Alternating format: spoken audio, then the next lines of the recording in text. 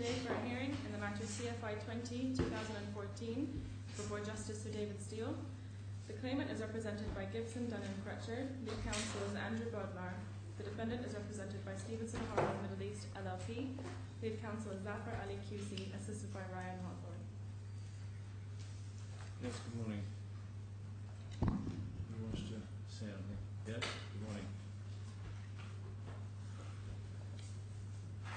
Please run up. Plays by trumpets then.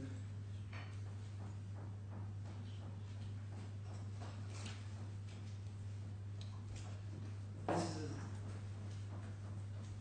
the defendant's application in order to vary the freezing order made by Deputy Chief Justice Sir John Chadwick on the 18th of June 2014, as amended by Your Honour's variation order dated 30th of September 2014, which I will refer to collectively as the freezing order. Yeah. Okay? The application is made, A, to change the amount of the defendant's living expenses from US dollars 500 a week to US dollars 2528.65 a week whilst in custody. B, release reasonable sums for legal advice and representation. And C, permit the defendant to apply funds or dispose of assets in the amount of £54,842.10 to pay debts. Documents before Your Honour are the defendant's skeleton argument and the defendant's application bundle consisting of one volume and the claimant's perfected skeleton argument and reply bundle consisting of 3 volumes. Your Honour should also have a brief note on the law applicable to this application. There are a large number of documents before Your Honour consisting of witness statements and exhibits which appear to be dealing with points which we submit are peripheral to this application. As such, I intend to address you as follows. First, setting out and applying the agreed legal framework applicable to this application, and second, in turn, with legal expenses, living costs and debts, setting out for each the quantum of the funds sought and the purpose for which the funds are being sought. Your Honour has our note on the law regarding the legal framework. For the reasons set out in that note, it is submitted the correct legal framework to be applied is set out in the Nugent case. In Nugent, Mr. Justice Morgan considers the relevant authorities and sets out the following approach. First, the court should recognise that the result of the claim may be that the claimant has a proprietary right to the defendant's assets, including the monies in the client account at Haigh solicitors. Secondly, and conversely, the court should recognise that the result of the claim may be that the claimant does not have a proprietary right to the assets belonging to the defendant who is entitled to use the assets to raise funds to defend the claim. Pausing there for a moment, Your Honour, the word may has been used by Mr. Justice Morgan in relation to the first 2 points, suggesting a lower threshold than that in the independent trustee case. Although given that there is an underlying claim, this is not surprising in our submission. Third, the decision whether to allow the assets to be used to pay the defendant's legal expenses requires a careful and anxious judgment which will involve an assessment of the injustice to the claimant of allowing the defendant to do so if the claimant in due course establishes his claim, and of the injustice to the defendant of preventing him from doing so if the claimant in due course fails to establish their claim. Fourth, the burden is on the defendant to show that he does not have access to any other available assets on which he could draw to pay his legal expenses.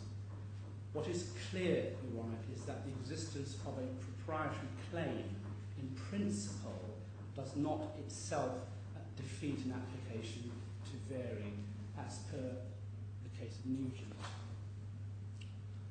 In Nugent, the first stage, the claimant's potential proprietary claim, the onus is on the claimant to demonstrate that the result of the claim may be that they have a proprietary claim over the defendant's assets. This was ventilated at the last hearing by my learned friend Mr. Bodnar, but no observations were made by Mr. Lawson on behalf of the defendant, as the matter was dealt with by consent between the parties. Your Honour, I must confess, notwithstanding the, I think, 1,000 plus pages of evidence from the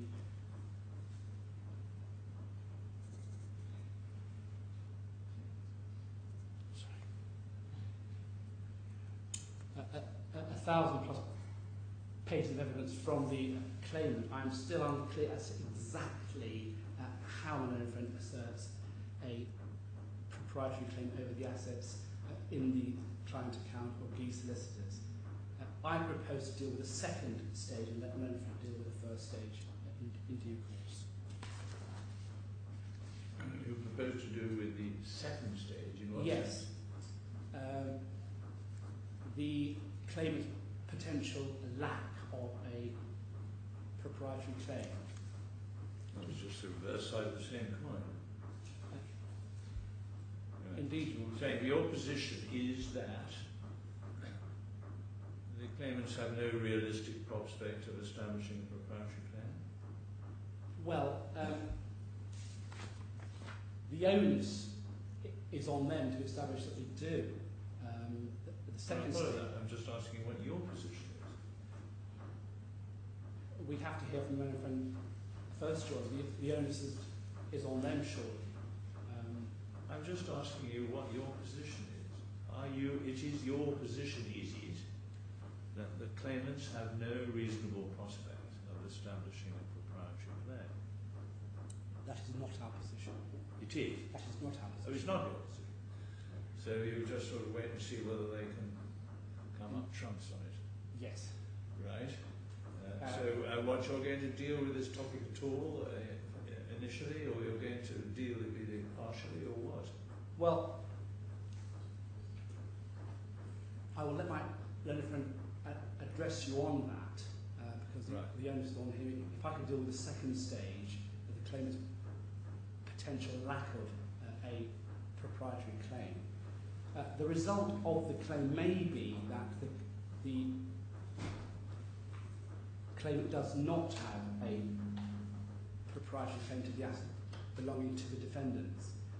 The defendant will show that he has at least an arguable defence in the main proceedings on which any proprietary claim by the claimants is dependent.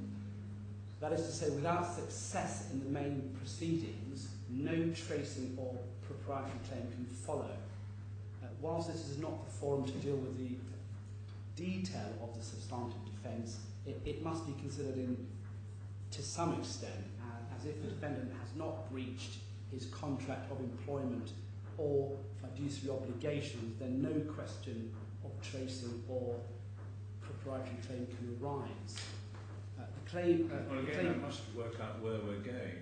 As I understand it, the claimant seeks what I would usually call summary judgment, but in DIFC terminology, immediate judgment, on the grounds, presumably, that there is no arguable defence to the claim. Yes. Now you, as I understand it, are saying in this hearing that there is an arguable defence. Well, indeed, Your Honour. So I'm going to have to, you say, deal with that topic now, am I? Well, not in detail, but the claimant claims three principal strands. A, false invoices were prepared or procured by the defendant. B, money was paid to the defendant pursuant to the said invoices. And C, the defendant was not entitled to those funds. Right. That's their their position. Yeah. The defendant has filed a full defence to these proceedings, helpfully summarised in Mr. Chandra Sikara's fifth witness statement, which Your Honour will have read. If I could take Your Honour through the key aspects only of the defendant's defence. Right. Firstly, the false invoicing. The defendant's position... Well, before we get there, can I just ask you this? Yes. The defence is unsigned, except by, of course, the statement of truth. Was it drafted by a lawyer? And if so, who? It was drafted by myself and Melanie. Well, why isn't it signed by him? I think that was simply an omission, Right. Your Honour. Secondly, on the defence,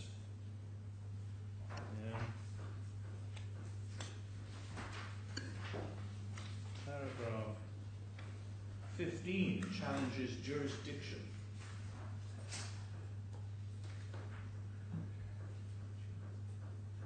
Now, as far as I know, that's the first time there's been any purported challenge to jurisdiction. On the face of it, it's far too late.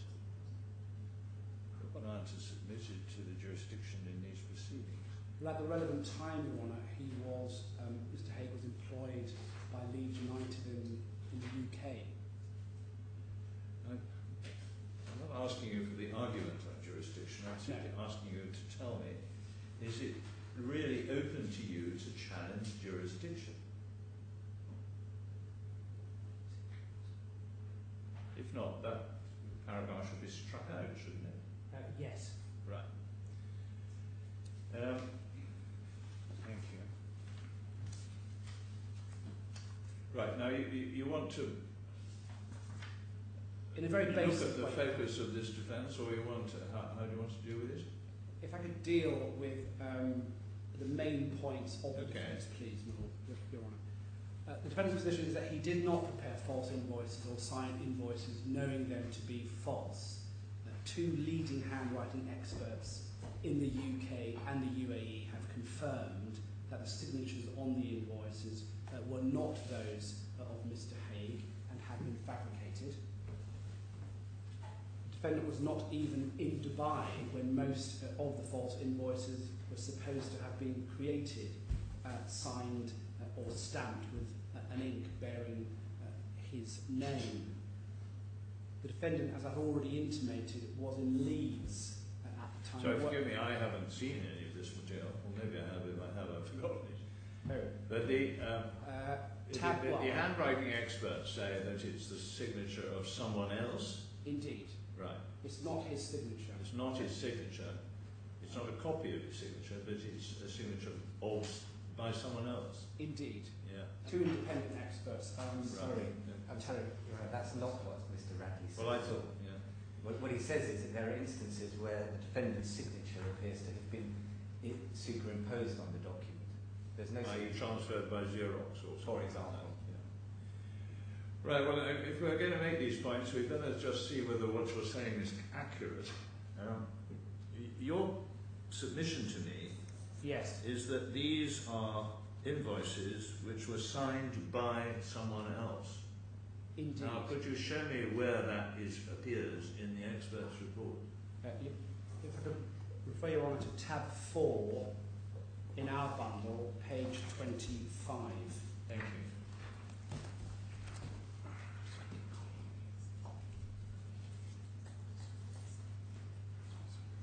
This is your defence? Your Honour, yes. It's the report I want. Actually, since I've interrupted rudely yet again, I note in paragraph. Oh dear, I've lost it. Just forgive me 1 moment.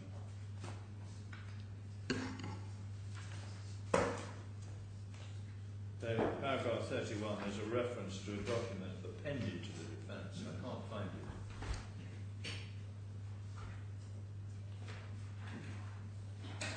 1 moment, Your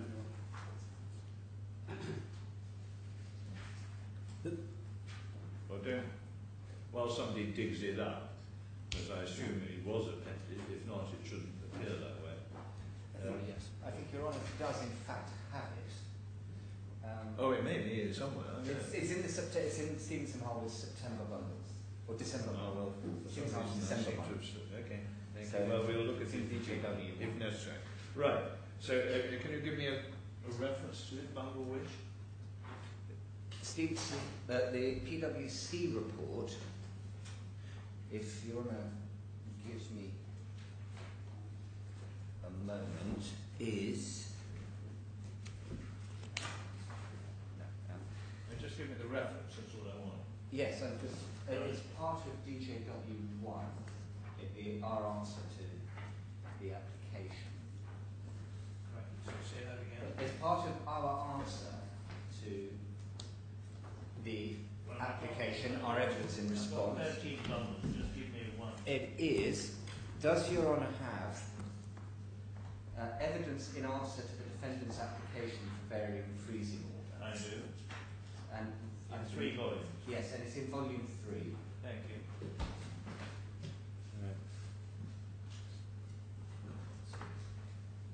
Page. And there is a DJW 1-page reference, and that's page 802. And alternatively, honestly, just underneath that, page No, what is it? 836. You say volume 3, page 803. Page 802. 802. Thank you. Right. Now we were about to look at the support for your proposition that these, it's established by the handwriting experts that have been retained that the signatures that are here on the invoices are not the signatures of Mr. Haigh. Yes. Right. Can I just see that? It's obviously quite an important point. It's mentioned at tab 4, page 25. I'll just get the document for you. Tab 4, page 1. Page 25. 25. Well, I mean, that's just part of the defence, it's not the report. I have a report here. What? So I have a report here. It's Well, just tell me where it is. It's at Stevenson Harwood.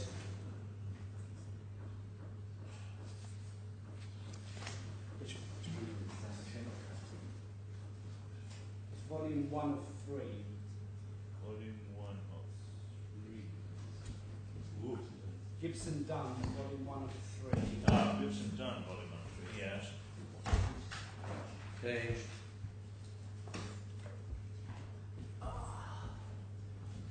It's page.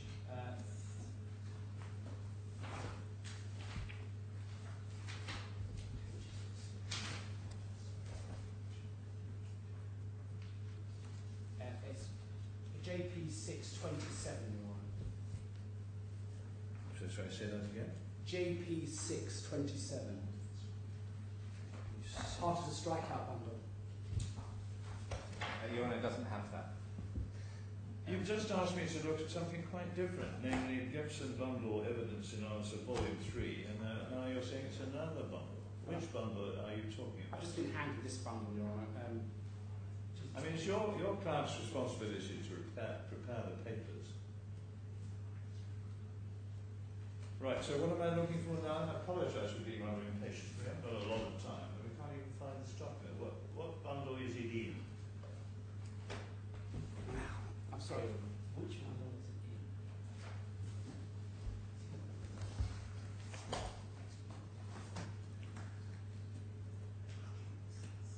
I apologise, Your Honour. Right, well, let's move on to something else and come back to it. But at the moment, I need some further help on the proposition that the evidence establishes that the signature is not that of the defendant. I understand that. Right. Now, your next point is what? Well, on the false invoicing, the defendant was in Leeds working full-time as the managing director for Leeds United Football Club, and further, the claimant has produced no evidence whatsoever that the defendant procured the false invoices. So Sorry, the point being that he wasn't in the jurisdiction at the time when some of these invoices, at least, are dated. Yes. Is that the point? That is correct, yes. Yeah. Right. He was working in the UK. So, assuming the dates are correct, then he wasn't in the but the claimant is asserting, I have no idea whether there's any justification for it, that even though he wasn't in the jurisdiction, he procured these invoices. No, yes. Yes. Indeed. That's the claimant's position, Right. yes. Okay. That is hopeless because? Well, it's just another factor, Your Honour. He wasn't in the jurisdiction. He wasn't at the time. in the jurisdiction. Yes. Okay. Moving on to the system of financial reconciliation, the claimant operated a system of reconciliation of financial accounts for its senior staff. Senior staff made payments on behalf of the claimant and received funds in advance by way of reimbursement in cash, by bank transfer or by cheque. As there was a system of financial reconciliation, the claimant's accounts team worked out how much individuals were due or had been overpaid, and this occurred over a long period of time between the defendant and the claimant, as confirmed by the report of PwC, which is at tab 4, page 26-27 of our bundle. Tab 4, page what? Page 20, 27. 26 to 27. Oh, right, okay.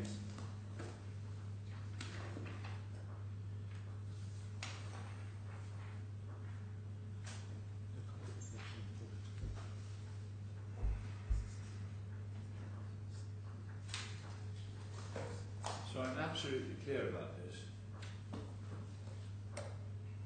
Yes. I think I was told at the last hearing, when your client's defence was first aired, Yes. that the explanation was that there was a system whereby individuals in the company would meet the obligations of the company and then be reimbursed by the company. That is correct, Right. John, yes. So PwC. it's not the defendant's claim is not for his remuneration.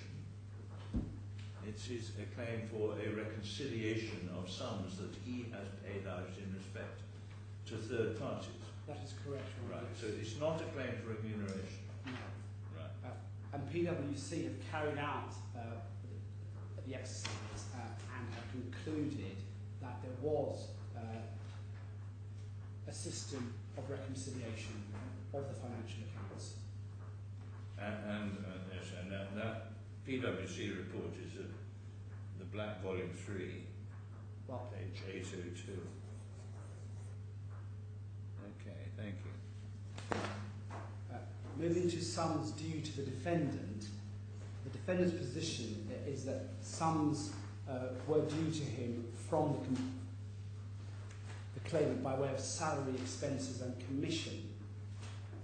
The defendant's salary, bonus and stock option package alone was for I'm so sorry, then I completely misunderstood your earlier comment. I do apologise. I thought the monies that he had made their way into his account were reimbursement for monies that he'd expended on the company's behalf. Indeed. So there can't be some additional claim for salary the money in his account included his salary, bonus and the reconciliations. Right. So part reconciliation, Yes. part salary, which is rather different what you said a moment ago. And what are the figures you say? Well, defendant's salary, bonus and stock option Yeah, but what's the package. claim for on reconciliation in total? We don't have a figure for the reconciliation. Right. What's the total in salary? Its salaries in excess of £750,000 a year as of the the 7th of October 2013. And that is at tab 10, page 201. Thank you.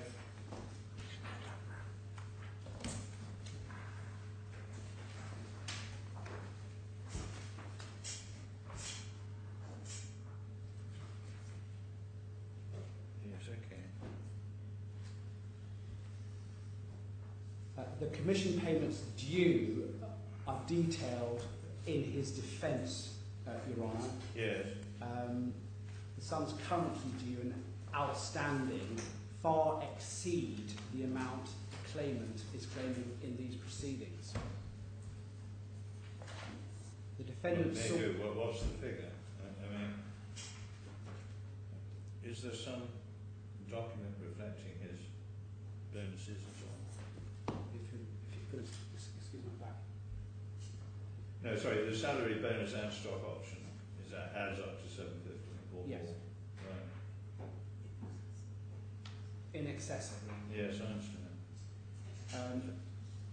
The defendant sought to file a counterclaim, but could not pay the court fee. Well, that raises another question. Forgive me, but I'll come back to it in a moment. But, The claimant has what's the rationale for fictitious invoices to pay genuine salary? Well, the invoices were part of the reconciliation. There was a salary paid into the account as well. Then I'm not fully understanding. I thought the invoices covered the monies which are alleged to have been taken by your client. And as I understood it, your client received this money partly as a reconciliation, partly as because it was salary. And I was simply asking what's the rationale behind having false invoices in respect of genuine salary? Well, that is how the company operated. All right. In the Is the answer there's no rationale? I mean, it's a strange thing to do. I mean, why if I'm paid by the state of Dubai, why on earth would any circumstance arise in which a false invoice would be raised in order to pay me what I owed? Anyway, maybe it's just difficult for me at the moment. Well, the claimant has yet to inform the court of the defendant's accurate salary, bonus and commission package over the roles he had with the claimant and Leeds United Football Club. Your Honour, the defence will rely on two reports from Samuels LLP confirming that there is original third-party and contemporaneous evidence to show that the sum of at least $6,231,400 remains due and is outstanding to the defendant. That report is not contained in the bundle, but it is forthcoming. Well, it's still being prepared, or? I understand it was finalised last week, and therefore it hasn't found its place in the bundle. Well, it's quite difficult to take account of a document that I'm not allowed to see. Right. Anyway, you say... Moving on to the false invoice, in which you want to mention... So, I mean, the conclusion of that, whoever they are, was that the figure which the claimants claim matches reconciliation payments.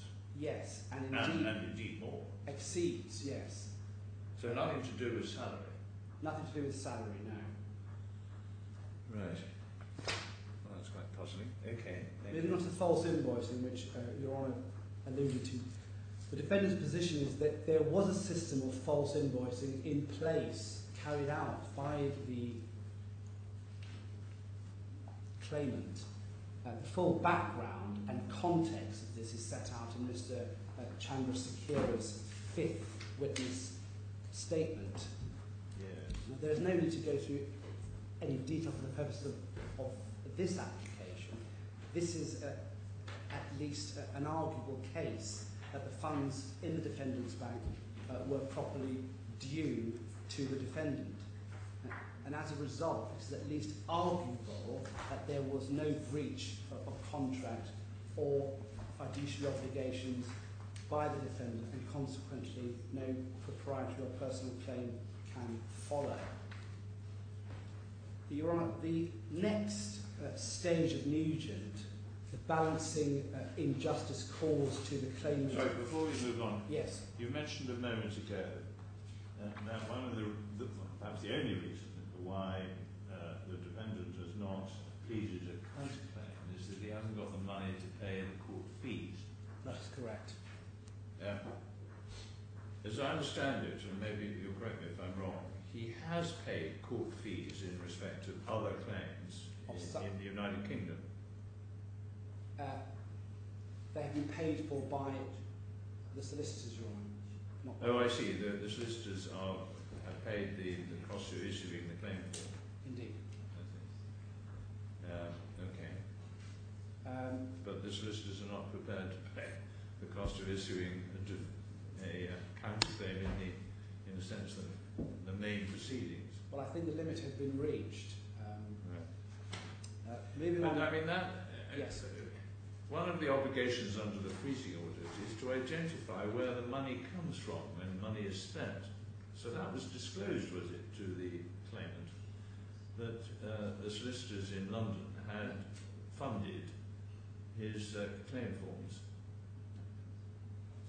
No. I don't know the answer to that, Your Honour. No, Your Honour. The answer is no. Why not? If you'll excuse my back, Your Honour, I'll find out for you.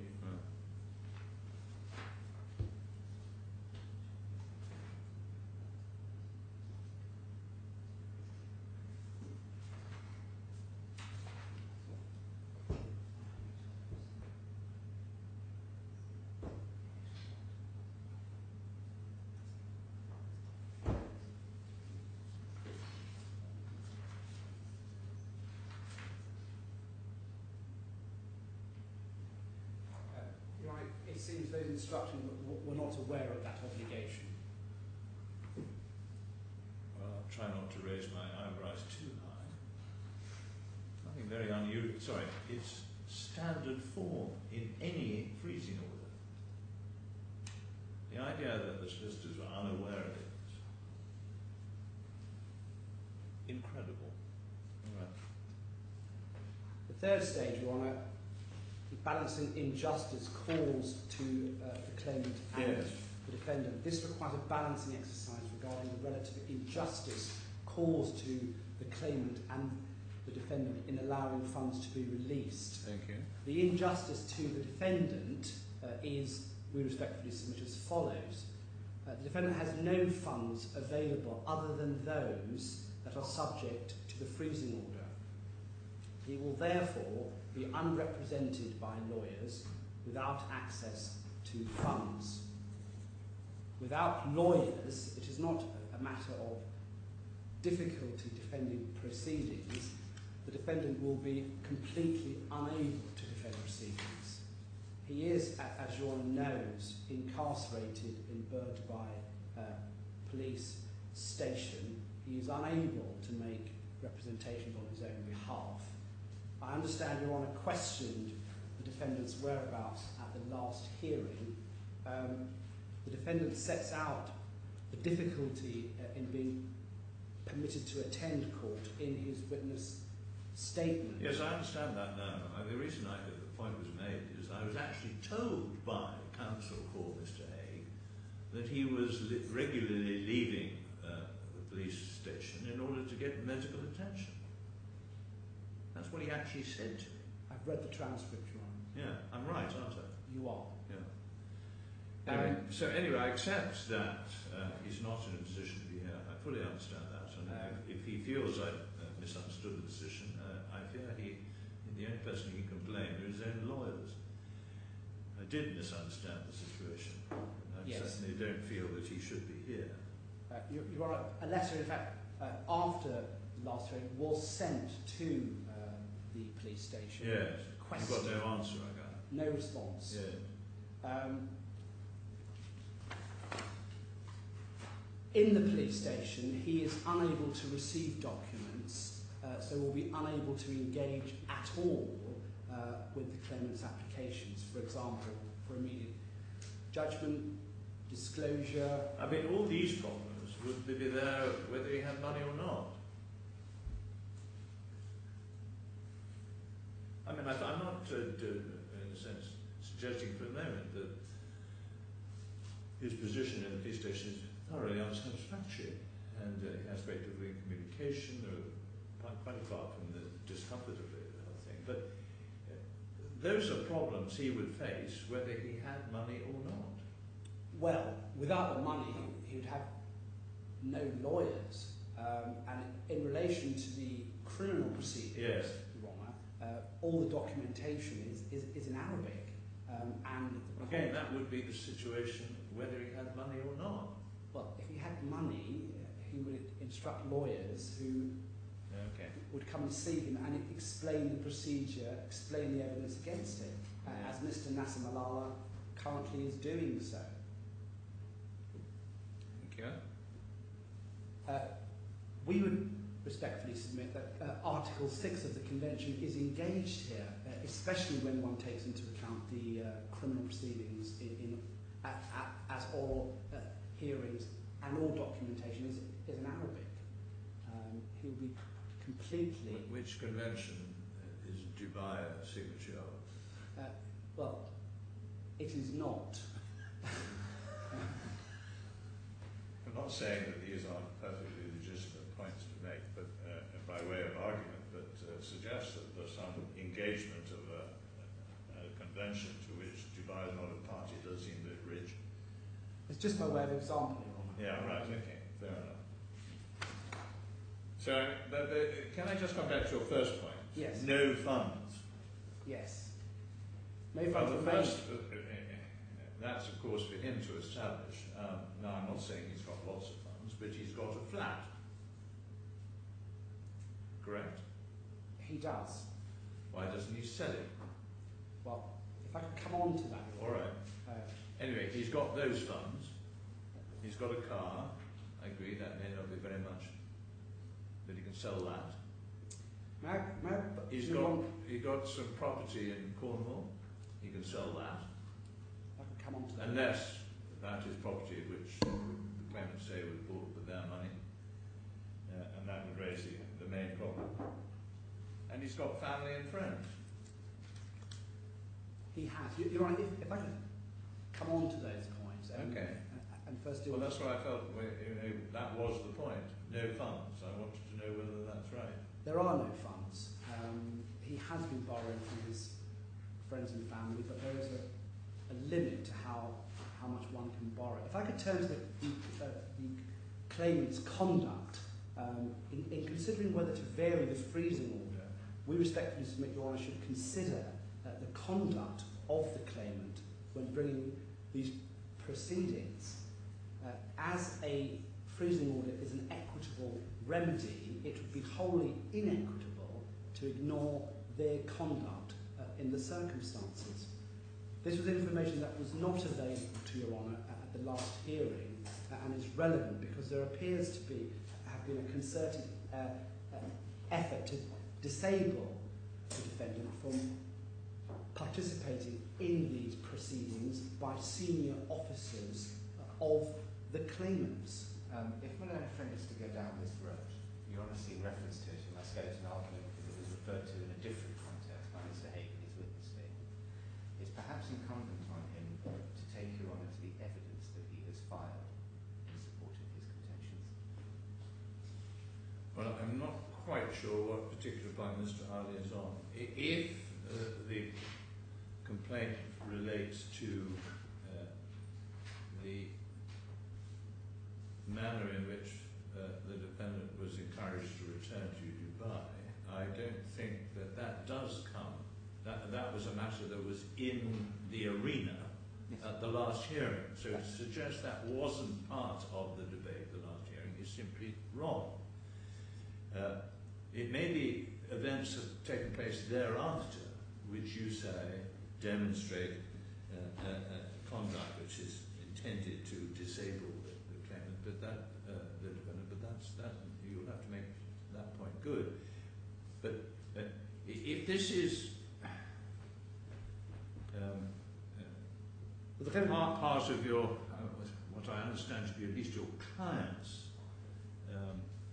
dirty hands point, I must draw attention to the fact there's been no effort to set aside this freezing order, no suggestion that there's been non-disclosure. There is now, but it's not used, it's far too late to use it, and even if it was, you haven't used it to seek to set aside the order. It's far too late to make the complaint that Mr. Haigh was got here under false pretenses from the perspective of the freezing order, because that's a point that should be taken by way of challenge to it. But as I understand it, it's common ground that the claimants have a good arguable case.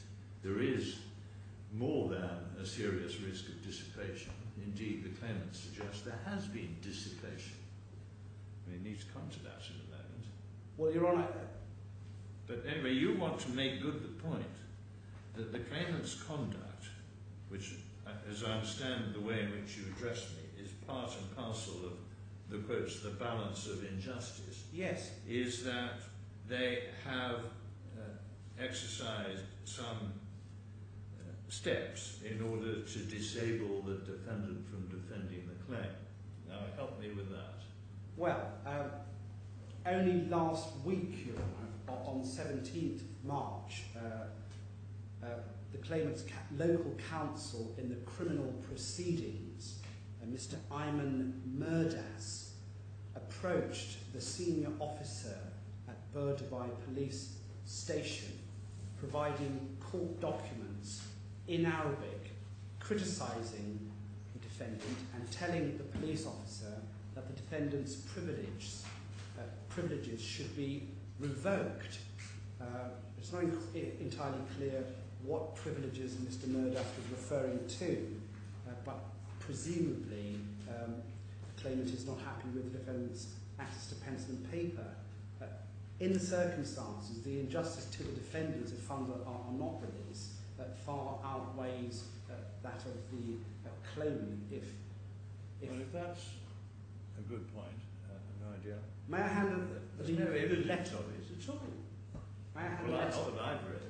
And gosh, I've been asked to read an awful lot. Well, it's a letter that was sent to the claimants from those instructing me. It's not very long.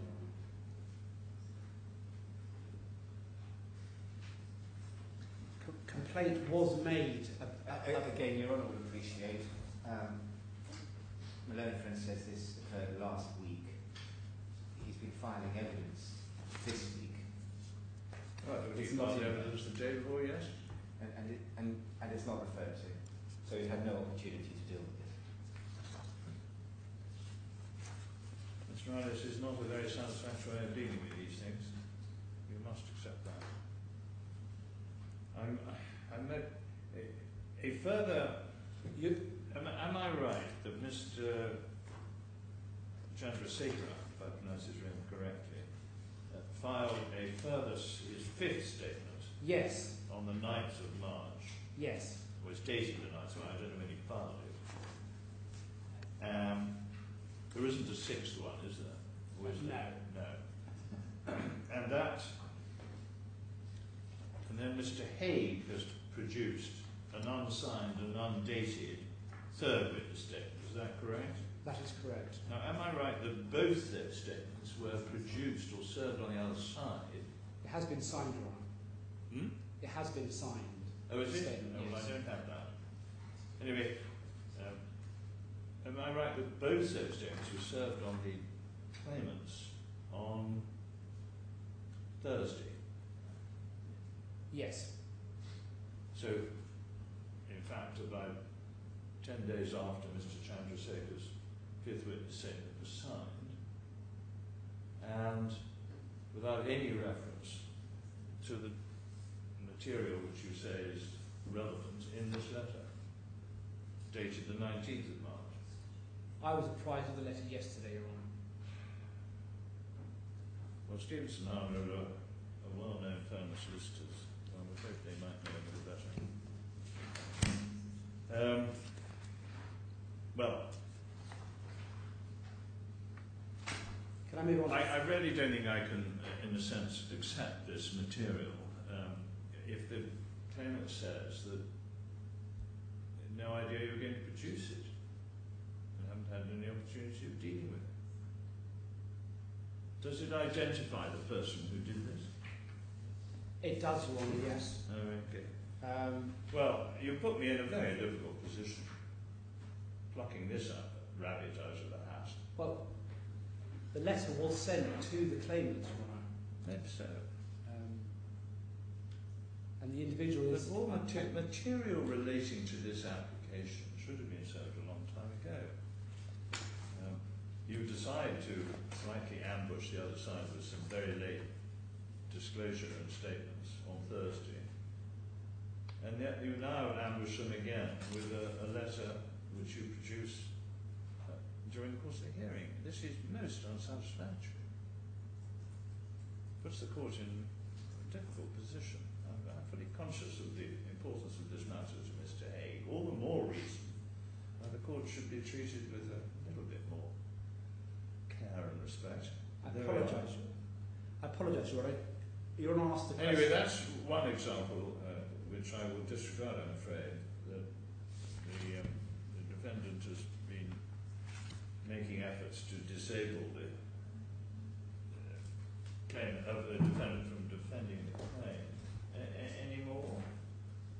Well, he was arrested minutes after arrival in this country on the 18th of... Well, that's been on the cards. I think that Mr. Lord Sir John Chadwick probably knew that. And it's telling, Your Honour, that the claim and particulars of claim in these proceedings were filed with the DIFC court on the 26th of May, some 9 days after the defendant was arrested. Right. Well, I don't know, maybe they were waiting to ambush him. I wonder that.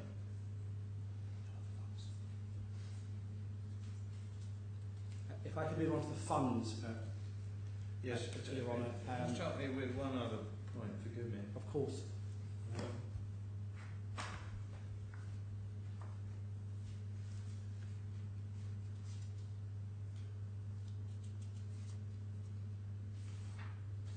Just hang on one moment.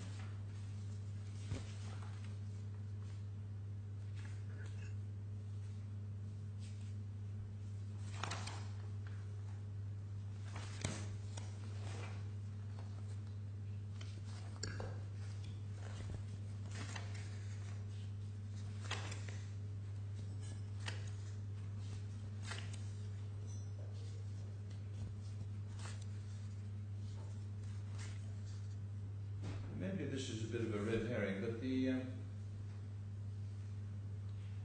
quite a lot of money has been spent, or at least been spent by your client in dealing with the issue of bail. Yes.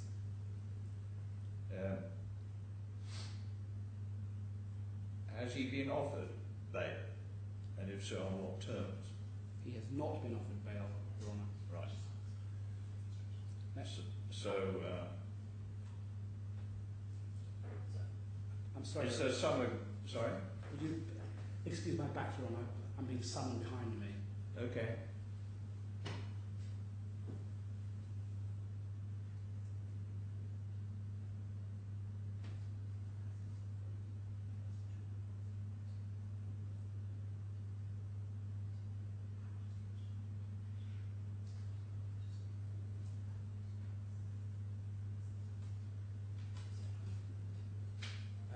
Your Honour, I've been instructed he has been offered bail at £23 million.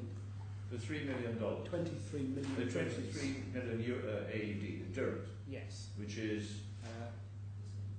Just under £4 million. Yeah. And is there any arrangement between your solicitors and those on the other side with regard to the use which the defendant could make of the funds which are at issue to support a bail bond? I'll take instructions, Your Honour, please. It's in the freezing order.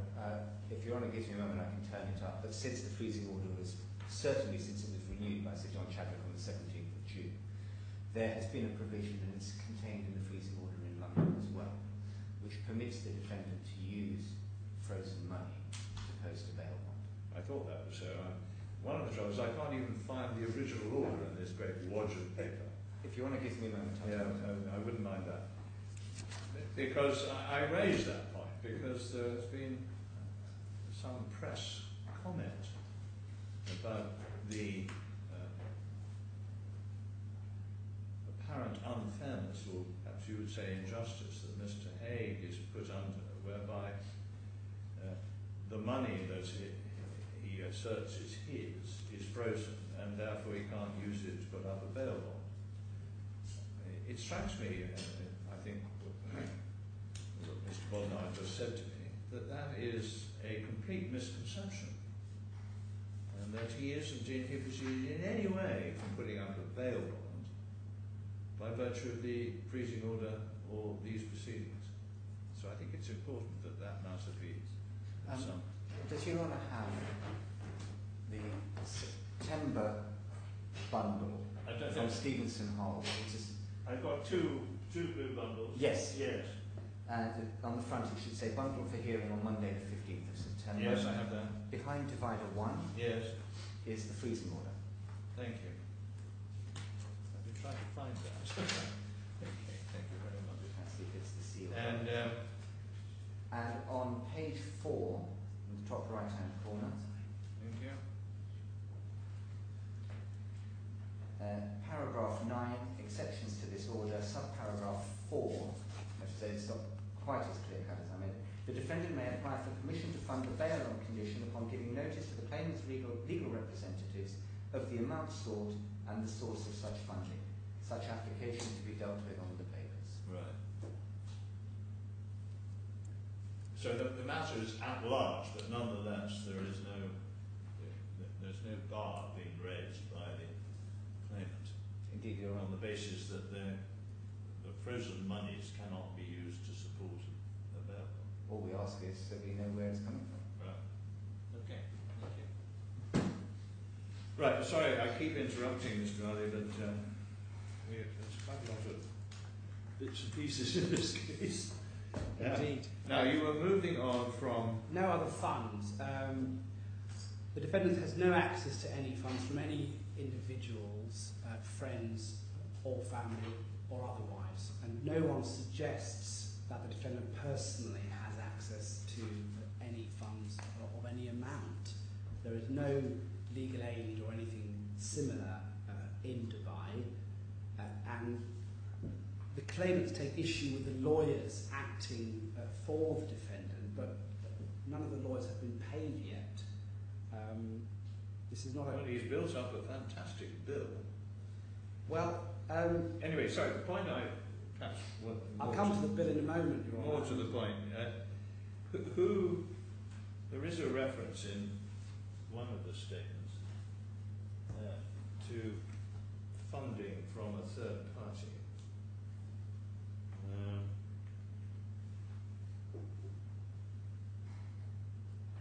Indeed, one of his claims is for reimbursement, isn't it, of a third party for funds advanced.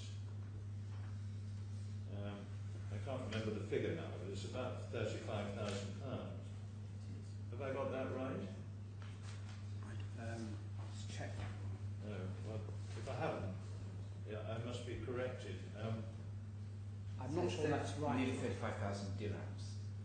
Oh, 35,000 dirhams, okay, so that's only £5,000, so thank you very much. Okay, we'll leave that aside. no lawyers have been paid yet. This is not a pro bono case. All lawyers and experts instructed provide services with the expectation of being paid. But they cannot, and perhaps more importantly, will not continue without funds being released. If I could turn to the quantum and purpose of the funds being released, the necessity for the defendant's legal expenses has already been set out. I will therefore address Your Honour on the amount of legal expenses and clarify the defendant's position in relation to the legal expenses claimed. What is set out in Mr. Setti's witness statement behind tab 3 are the expenses actually incurred to date and a realistic estimate of the expenses that will be incurred moving forward in these and related proceedings. The defendant is not asking for funds to pay all of those expenses.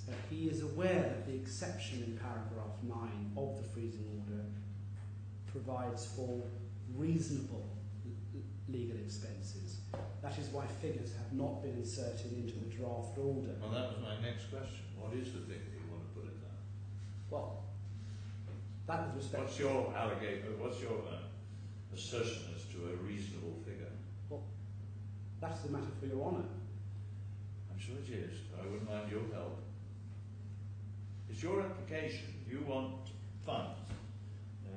The application, the draft order says the defendants may apply funds in the sum of blank discharging reasonable legal expenses in the past, and the further figure in discharging legal expenses in the future. What's the figure you would like to see in that order? Well, before I address Your Honour on that question, I'm not avoiding the question, but in determining what is reasonable, one way of doing so, and in my submission the most accurate way, is to compare the defendant's costs with the claimant's legal costs incurred to date. For example, it is telling that the last application to vary before Your Honour, the claimant's legal costs were $198,000, $301.20, which is evidenced at tab 4, page 36. If that figure is compared to the £200,000 released for legal expenses in September 2014, it is not difficult, in my respectful submission, to see how Mr. Haigh has run out of money.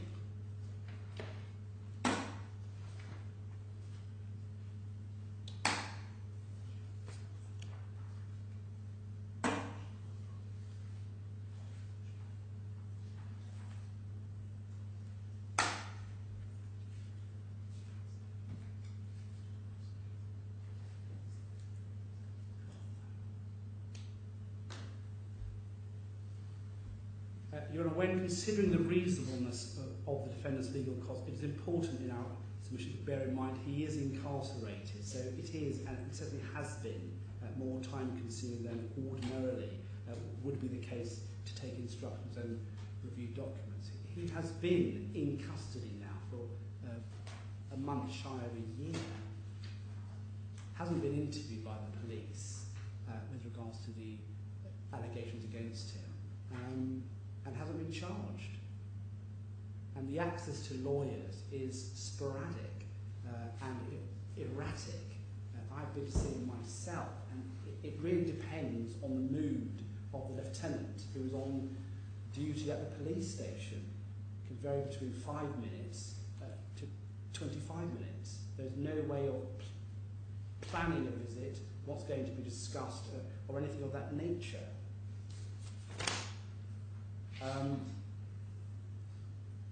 Fees going forward are set out. And there may be a point that is privileged, but what's the problem about bail? I mean, you've had lawyers talking to the authorities for some time. What's the snag? instructed in relation to that Right, matter, okay. Your Honour. Okay.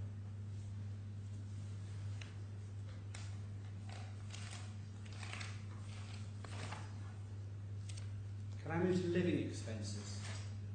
Well, before you do, can you answer the question you say you aren't avoiding?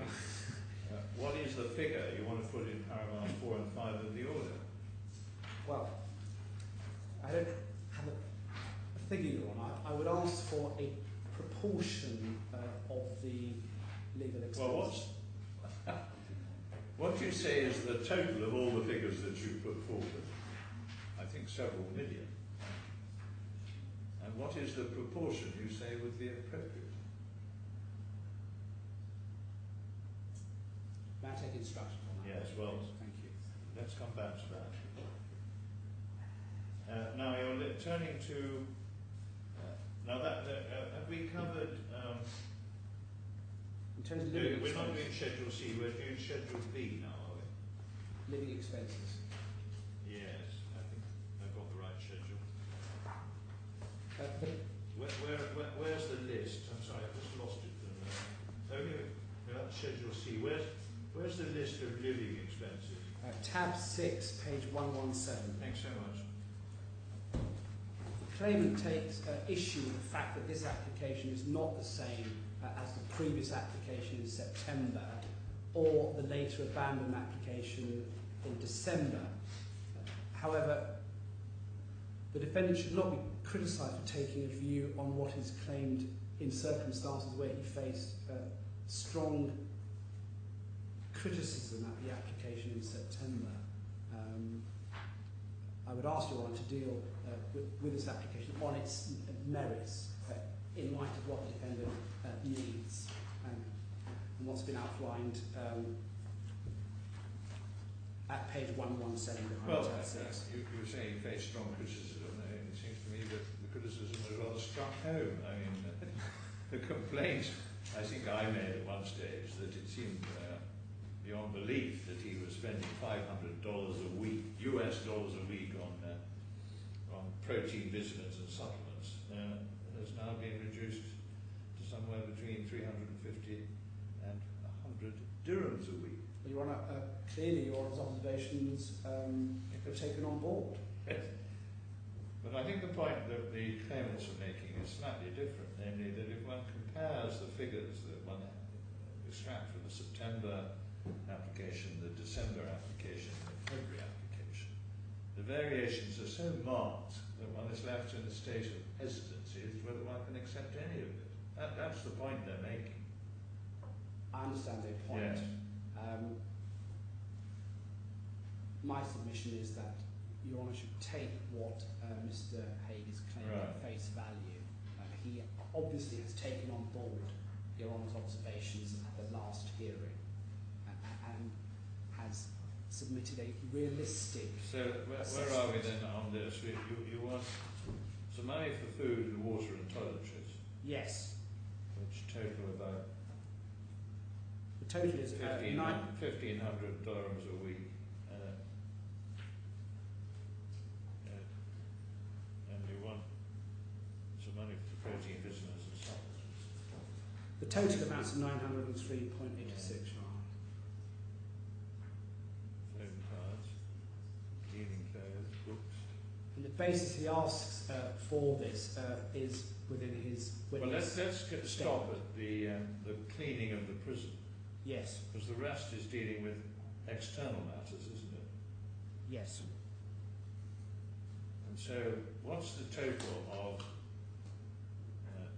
1, 2, 3, 4, 5, 6, 7, 8, 9, the first 9 items,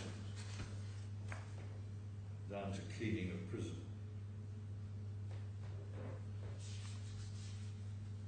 Just bear with me a moment, Your Honour. Thank you. Work that out. Oh, wait a minute, there's some other stuff, because we've got there's painkillers and cough medicine. It's only 50 dirhams a week, doesn't make much difference. Right.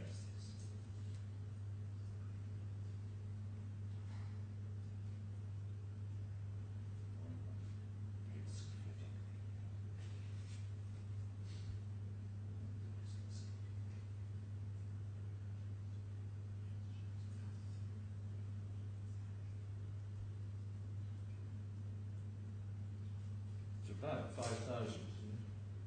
Quickly running my eye down it. Something like that. Anyway, more than he's got at the moment, it's fair to say. Yes, Your Honour. Yeah. Except no, the one-off payment is not is a one-off. Is clearly is a one-off payment. So we're only talking about 3,000, I think, which isn't much different from what he's getting at the moment. Living expense. 3,000 dirhams is £500, isn't it? Yes. Yeah. All right, a bit more than he's getting at the moment. Living expenses outside jail. Right. Let's grapple with that. Tab 5, Your Honour, page 109. Thank you.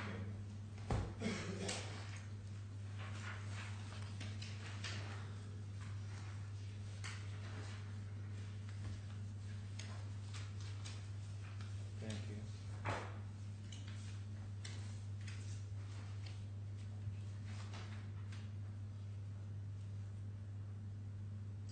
The basis for these expenses are set out in the defendant's witness. Well, I follow that. I mean, the first three items relate to the flat, the apartment, which at the last hearing he actually sought an order, which I granted, to sell it.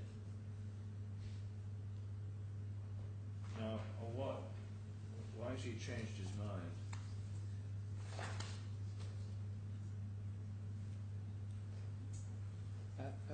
My understanding is he hasn't changed his mind, Your Honour. In order to sell it, certain repairs need to be undertaken to the flat before it is before it's in a condition to be able to sell. I don't think he mentions that. He's saying the reverse of what he said last time. The last time he said, I must sell this flat because if I don't, the mortgagees are going to foreclose. He's now saying the reverse of that. I can't sell it because I would face prosecution for not paying the mortgage. Now this is quite difficult to feel, I must say. But here is an asset which everybody agrees is his. Yes. He wanted to sell it. I don't know how much it's worth. It must be worth quite a bit. Enough to pay quite a significant legal bill. He doesn't. I don't know what the level of the mortgage is. Maybe the equity of redemption is quite small. I've just no idea. But all the more reason to sell it and pay off the mortgage, because he can't afford to pay it. Now, why should the court be asked for an order to sell the flat one day, and then ask for an order not to sell the flat and to pay all the expenses of it the next day, without any explanation? Have I missed something? Your Honour hasn't.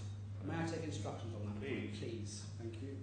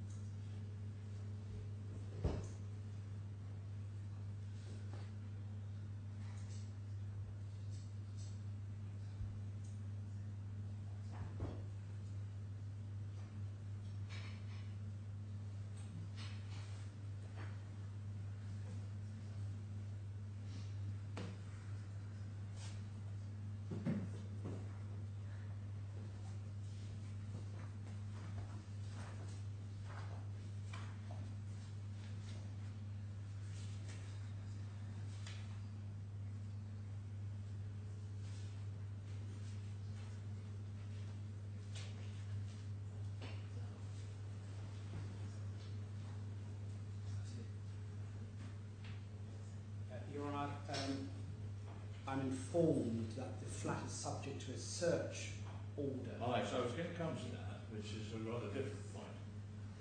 I was trying to actually find the search order and I can't find it. I'll turn that.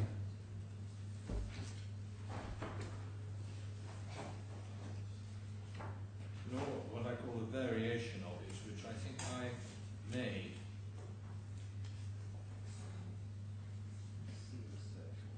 Your Honour can find the sealed search order.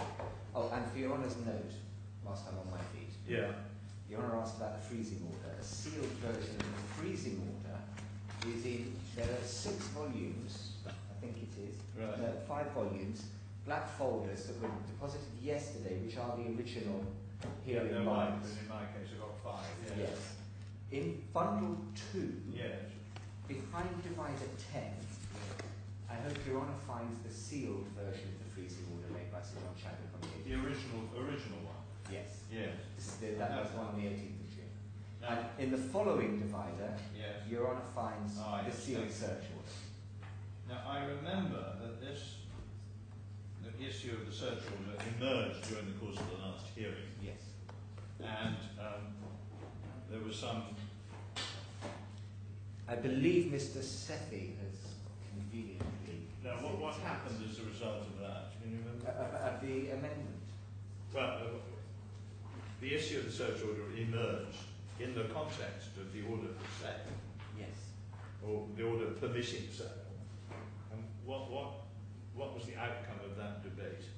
The outcome of the debate was that the defendant undertook to comply with the search order. Yes. Now, can I see where's the record of that? Attempting to turn that up.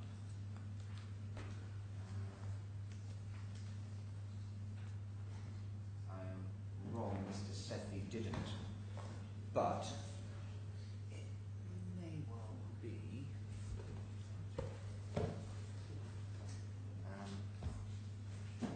Well, anyway, I certainly remember that. Yes. I hope I've not misremembered. And my recollection was, again, correct me if I'm wrong, it was that the rationale for refusing, or trying to refuse to submit to the search order, was that it was inappropriate for this court to make an order in respect of a flat which was not situated within the DIFC. That was the point Right. taken. And my recollection is that that point really fell away, Yes. and that it was accepted that the search order should be complied with. Yes. But then there was a debate as to who should conduct the search order, and whether it was appropriate for the search to take place in the absence of the defendant, and who the third-party solicitor should be. And I think all those points were resolved. Taking them in order, Your Honour. Yeah. I can turn it up if I need to, Right. but the way that the jurisdiction issue was dealt with was that, in contrast to a standard form of search order, it is a personal obligation on the defendant to comply with it, to facilitate the search, rather than enabling us to effect anything, whether he likes it or not. The question of, and that was why the point fell away, the question of who should conduct the search. The identity of the supervising solicitor was resolved before Sir John Chadwick. Right. On in fact, the 3rd of June, he made the order. And I believe it's Mr. Punwar who was instrumental in Well, writing that's the right, rules Mr. of the Punwar. DIFC. Mr. Punwar was going to be the... His supervising solicitor. Right. The point, there was a point taken as to whether the defendant had to be present. My recollection is that that fell away again when it was accepted that his legal representatives could act on his behalf. The order also provides in terms that he should nominate an appropriate person if he is not able to be present himself. The point that has been taken a number of times and is now being taken, as I understand it, certainly in correspondence, is that my instructing solicitors should have no part in the conduct. Yes, I don't remember that point. Okay. But that I understand it is now the sticking point. Yes, that's what now said, but that wasn't the point raised earlier. No. So the outcome of the last hearing was that there was an undertaking given to permit a search search under the supervision, by your solicitors, under the supervision of Mr. Punwa, Yes. with no doubt the defendant solicitors present, if so advised. Yes. I seem to recollect that there was much suggestion that it was a pointless exercise anyway, because there was nothing in the flat, so we may be spending a lot of time arguing about nothing. Anyway, that's how it was left. Yeah. Right, thank you. Now, Mr. Ali, as I now said, all those points are water under the bridge, Yes. and you now want to take a new point, namely that I never took the old there's a conflict of interest, I think you call it. I never took the earlier point, Your Honour, but Mr. Haigh is being presented as being obstructive. Sorry, say that again. He is being presented as being obstructive. He has no issue with the apartment being searched, but he does maintain there is a conflict of interest because Mr. Peter Gray and Mr. Philip Rocher of Gibson Dunn were involved with Mr. Haigh's decision to come to Dubai in the first place. So he perceives that as a conflict of interest, and he would rather. So what a conflict between them and Mr. Haigh, or a conflict in their representation of the claimant? I'm not quite sure I'm following. If that's the point, I can assist my learned friend. I've just taken instructions. Neither Mr. Roger nor Mr. Gray were intended to have any part in this search anyway. Well, that's rather the end of that point. If they give an undertaking those two men won't be involved, that's the end of it, isn't it? That was the objection of Mr. Haigh. Right, so the objection That is resolved. is met if Yes. they give an undertaking not to. So, I mean, I have to say, there was a search order. Yes. There was no suggestion, following the undertaking given to the court, that a search would be permitted under the supervision of Mr. Punwa. There was no suggestion that there was any personnel within the claimant solicitor's office who were in some way inappropriate.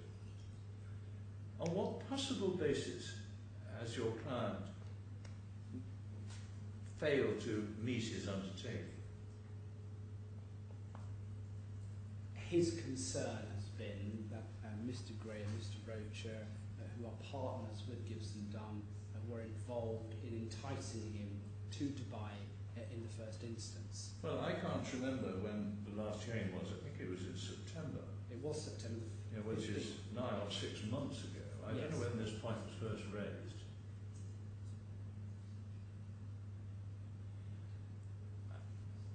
It sounds unduly pompous, but orders of the court are supposed to be obeyed. Yes, and if they're not obeyed, the person who's in disobedience is in contempt.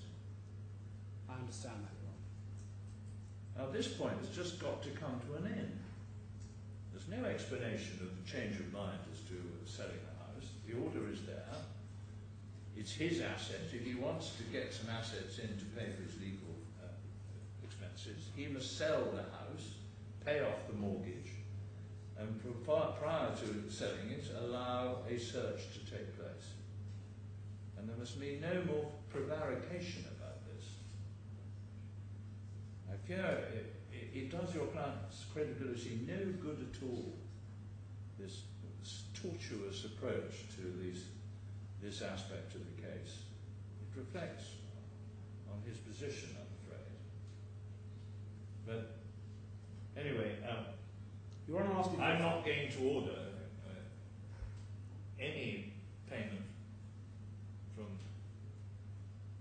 unless he wants to, he has some other source of money, you say he hasn't. So I'm not going to allow any of this money to be used in the way in which is suggested in paragraphs 32 to 34 of Mr. Haigh's witness statement.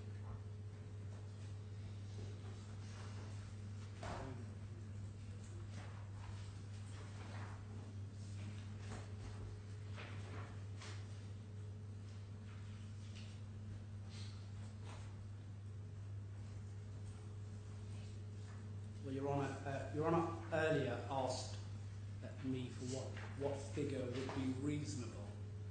What, for legal expenses? Yes. Yes. May I suggest 500,000 What, in both paragraphs or as a joint figure? Paragraph 4 is for expenses up to 12th of February. as a joint figure? As a joint figure, £500,000. 2,500 for past expenses and 250,000 going forward, which would cover. Or at least we've got a figure. Thank you. Very much. Very helpful. Which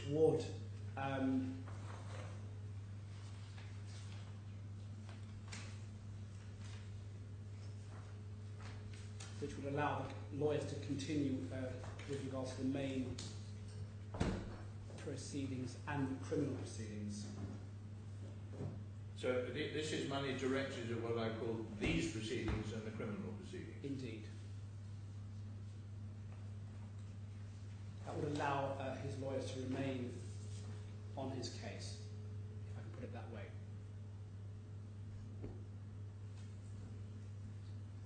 Thank you. Very helpful. Now what are we on to now? We're on to credit cards, are we?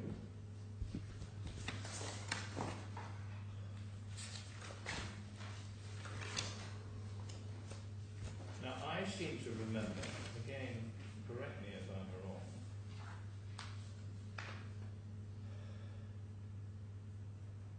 though it may have been what I call somewhat hopeful, that some of the £200,000 was going to be used to pay off the credit card. Have I got that wrong? Mr. Bodden, have I got that wrong? I believe so. The £200,000 was going to be used for legal fees, as I understand. Only for legal fees? Yes. Okay, then I'm quite wrong and I'm sorry. Apologise. It was, however, an issue before Your Honour. Yes, it was. No, I'm sorry, I misrecollected that. The defendant has outstanding debts that need to be paid. Again, the defendant has limited these to those that are necessary, as non-payment is likely to result in a criminal prosecution in this jurisdiction. But if he doesn't pay his credit card,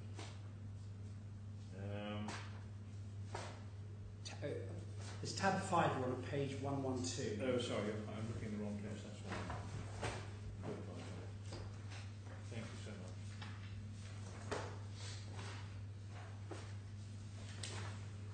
Well,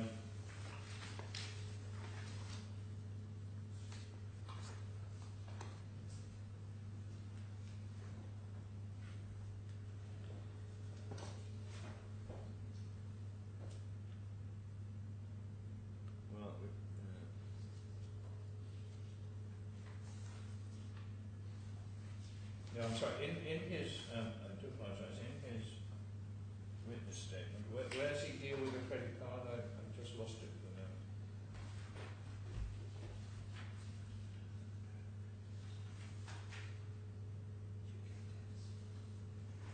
I don't think he does. Mr. Sethi does, I think. Somebody does.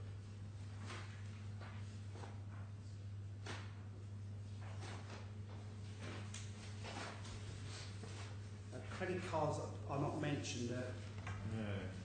But they're mentioned somewhere. Dubai debts and UK I can debts. assist my learned friend. Paragraph 35, page 110. There's a heading of Mr. Haig's undated, unsigned witness statement. Oh yes, I'm so sorry. I was quite right. There it is. In that.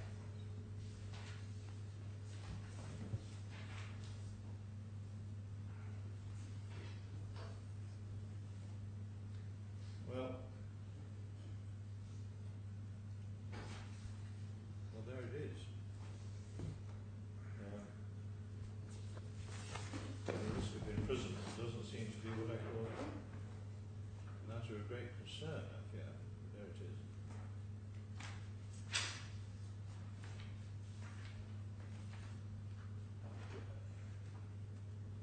Again, my recollection may be wrong. I thought the question of the credit card was raised at the last hearing and raised on the basis that it was a sum that should be paid.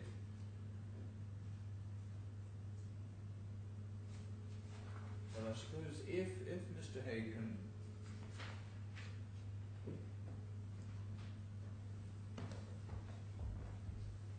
if Mr. Haigh is permitted to use £500,000, in one sense it might be up to him as to whether he uses that for legal expenses or for paying off a credit card. I mean, as I understand the point he's making is he's got a debt on the credit card. He's Yes. given a supporting cheque. I didn't know that you had to do that here. And that if he dishonours the cheque, then that exposes him to the risk of imprisonment and prosecution. Although, in a sense, that's a risk which is not much of a threat to him. Okay, well that's that. And then now, what are we going to? Now we're going to the property in Cornwall, which, well, the utilities are pretty small, and there's the maintenance and the living expenses. Although that's the loans of 34,000. So the Cornwall claim is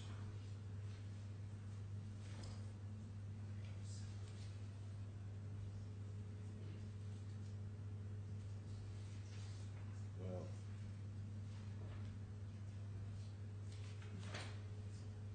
says the council tax, the southwest water and the maintenance. Don't think there's anything else. Is there a, Now he wants to sell Treborian Farm. he does, you're right. Right. And put the proceeds in to court. I'm assuming that that is a property which at least the claimant asserts has been purchased with money which is theirs. Have I got that right? That's their case. Yes. Yeah. Now,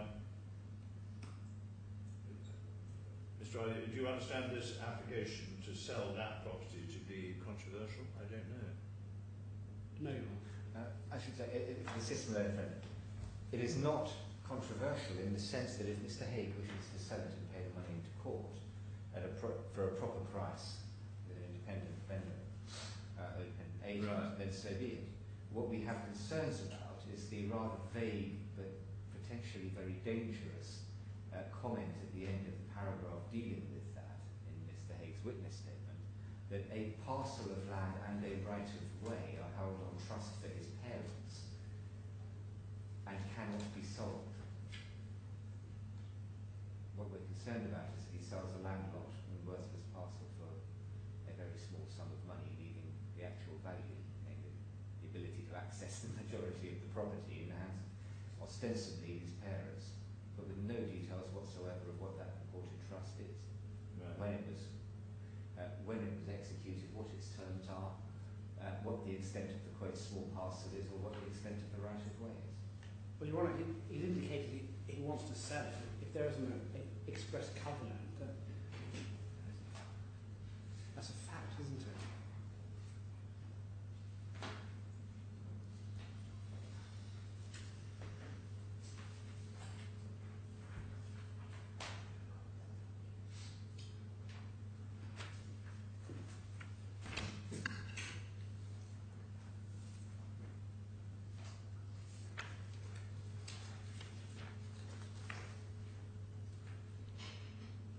Yeah, I mean, on the face of it, the existence of a trust in respect of at least the access to the property is a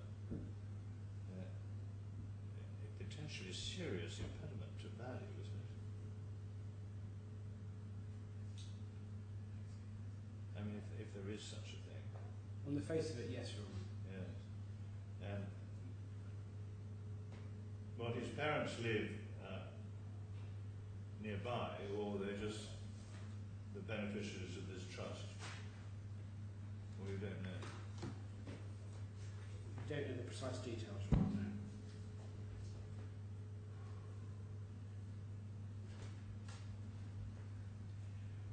Well, it may be the way forward is, I'll have to think about it, is to say that in principle sale is possible, but only upon the furnishing of further information.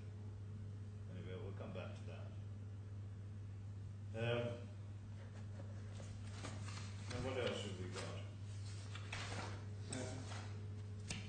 I mean, the main point here is the half a million, isn't it? I think that's it. Thank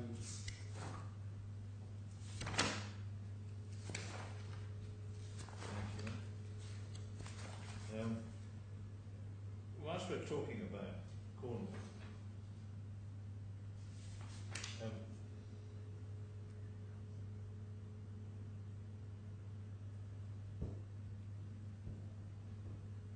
as I understand the claimant's position, Yes.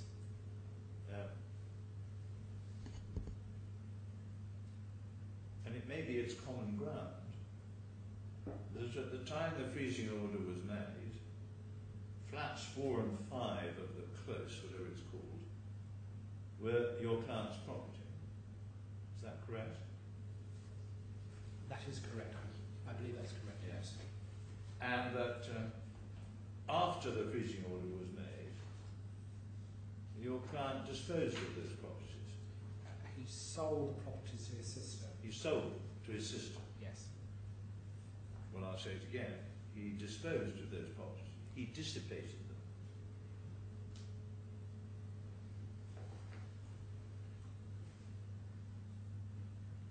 Or have I missed something? No, Your Honour. I mean, it's a clearest contempt, isn't it? If not, what's the defence to a complaint that the... I mean, I saw some suggestion he didn't know there was a freezing order. Well, that must be wrong, mustn't it? This is in October, I think. The IJA didn't know there was a freezing order in October. When there is actually... in fairness to the trend, it was Sorry? The registration entry, the land register entry, records the transfer, the registration of the transfer on the 4th of August. 4th of August, I'm so sorry. I got the wrong date. But 2 months after the freezing order.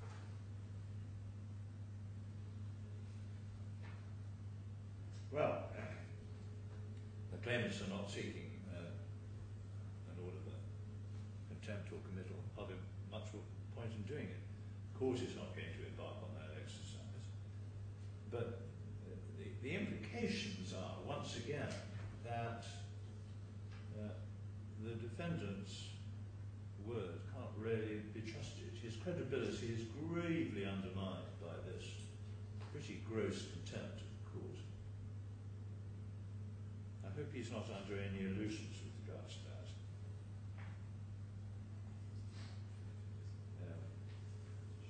And I would add that I feel the court should be somewhat uncomfortable about his explanation for non-disclosure of his numerous bank accounts on the basis that there was some typo in failing to put an S at the end of accounts. Well, Your Honour, may I refer you on to divider 9, page 161, where I understand the defendant deals with that matter. 161, I've got that nearly. Hang on. Yeah, I'm there. Paragraph 15. Yes, well, I had that well in mind. The idea that he was not aware of the freezing order. I mean, his solicitors had been in court in June. That's his evidence, Your Honour. Yes, well, it's pretty incredible, isn't it?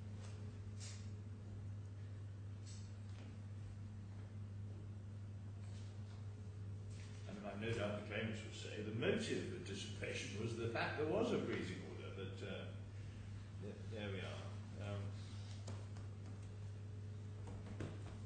I mean, it's a sale. Well, it's a very strange sale. I won't go into all that anyway. The values seem all topsy-turvy. But anyway, I haven't forgotten that he asserts in this statement, which my copy is at least is unsigned, that he wasn't aware Yes. the freezing order was in place. No. Well, gets into trouble about that, it seems to me that its solicitors have much to answer for. I simply can't believe that Messrs.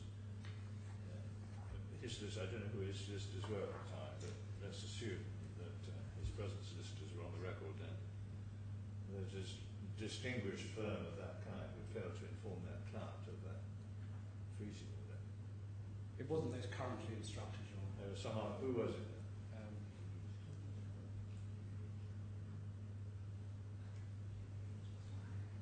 KBH Carnoon. Yeah, well, they're well-known firms, solicitors here in Dubai. Well, Your Honour... anyway, there we are. There were a whole range of transfers, weren't there, at this stage. But I won't go into that. But there may be some explanations for that dissipation. I don't know. But sorry for the. But Your Honour, the fact remains that this man has been in custody for near on a year now.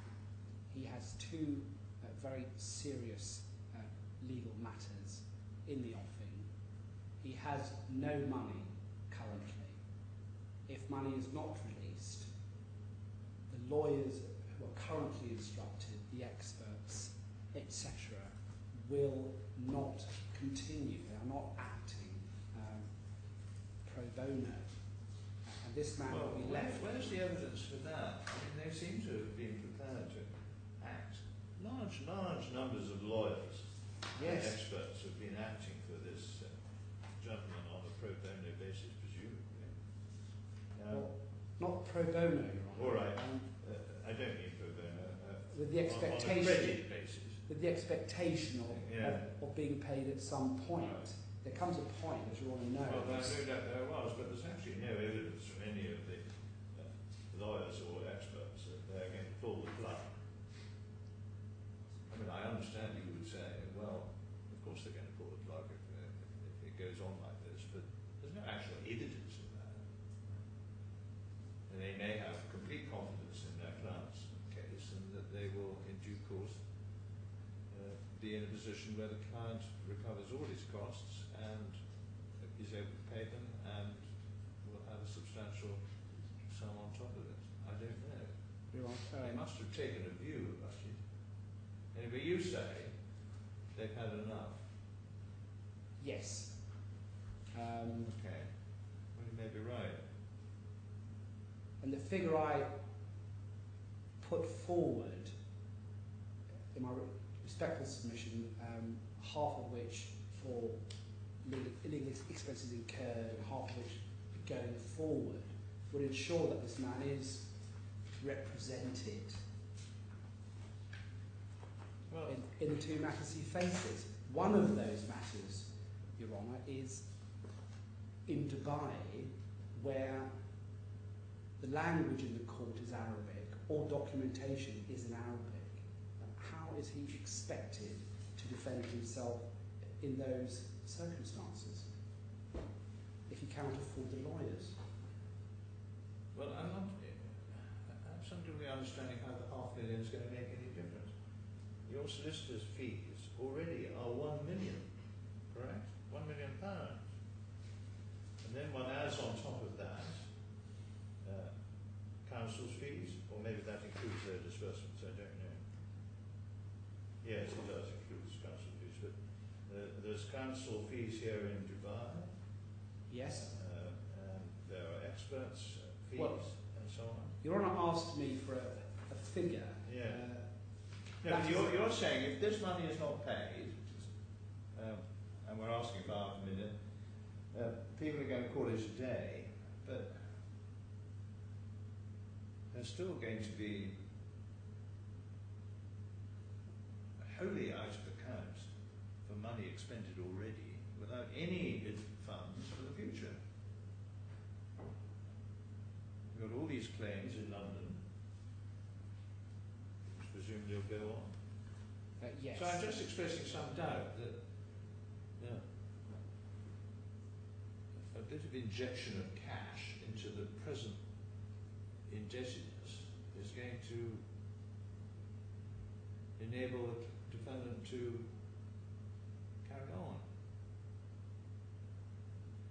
but maybe I've missed something here. Well, realistically, Your Honour is not going to award the full amount. Your Honour's asked me for a figure. I've given a figure of what I consider, and what those who instruct me consider, to be a reasonable sum going forward to ensure lawyers remain on board. Well, it's the word "to ensure" that I'm having trouble with. If you pay 50% of the existing bill, I agree, this fund is going towards to specific courses of action, but if the reality is that 50% of the outstanding bill might be paid off in this way, that would leave 50% of the outstanding bill and all the future bills. Now, why that puts your client in a position that he is able to proceed with these claims is somewhat doubtful to me. Anyway, maybe I haven't expressed it very clearly, but But Your Honour, if no funds are released, okay. it's almost a Well, moral... you've been extremely helpful, and I'm sorry I've interrupted so much, but there are a lot of points in this case, many of which I've probably not spotted.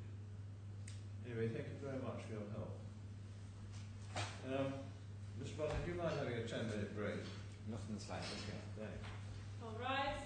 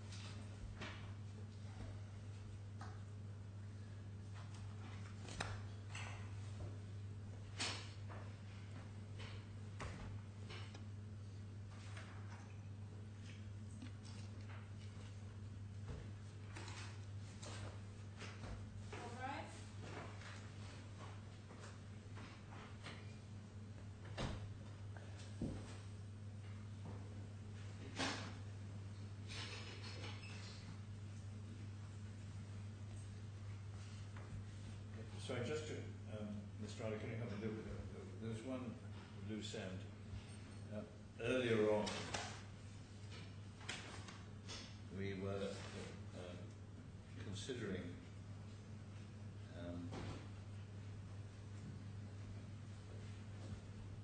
the defence, and one of the points that you helpfully made was that the handwriting expert had considered the signed invoices, and you were going to just direct my attention to where this handwriting expert's report is. Yes, Your Honour.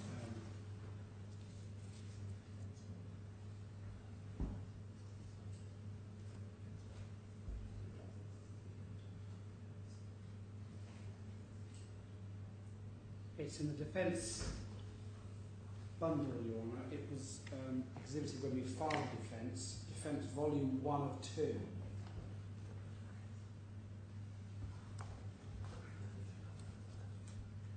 Yeah.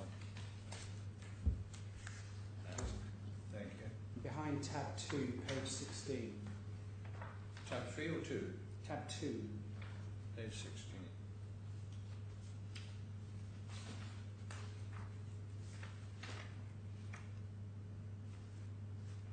I must be looking at the wrong thing.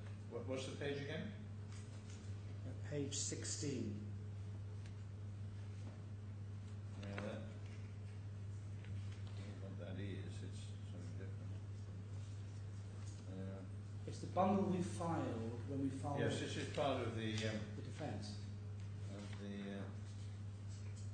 first witness statement to Mr. Chandrasekhara. Yes. Your Honour, there may be cross purposes. When the defence was filed, it has attached to it a draft of reports and a schedule and a purported commission. Well, when the defence was filed, it had attached a PwC report, which I haven't seen yet, but it is apparently around somewhere. It also had attached to it. It also had attached to it Mr. Radley's handwriting report, and I think that's the bundle that the learned friend is referring to. Well, it's I'm not sure. I don't think that's before Your Honour. No. It's rather surprising to find experts' reports with a defence. Indeed, I'm not sure that's permissible, but there's it. Okay, well, I remain in slight ignorance. In due course, I think I would like to be shown where it is, and it's obviously of some importance. Right, thank you very much. Right, Mr. Brodler. Yes. May it please, Your Honour. Hopefully you received from me a perfected skeleton argument, which is a long document for which I apologise, but hopefully it will speed up the process of oral advocacy, not least because I've tried to schedule and summarise the evidence for Your Honour. Well, I should have said that I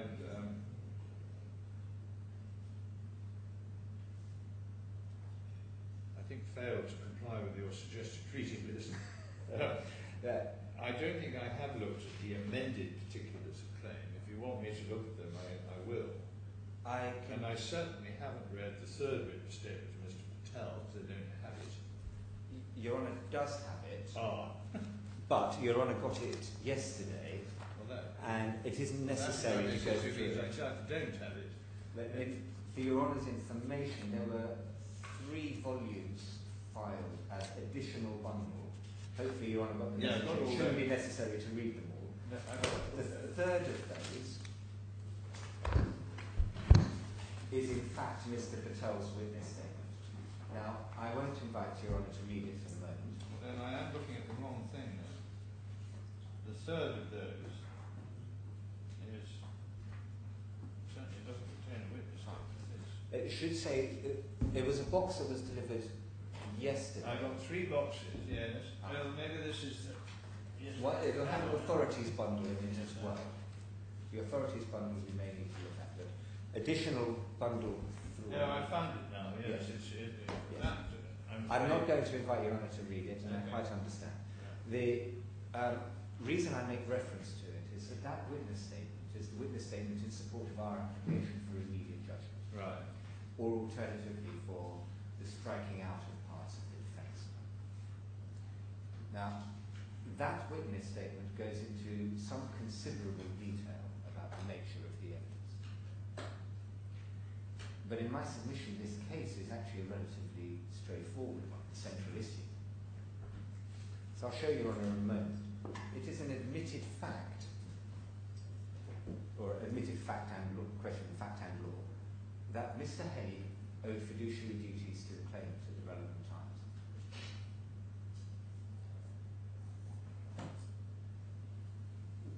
It is an admitted fact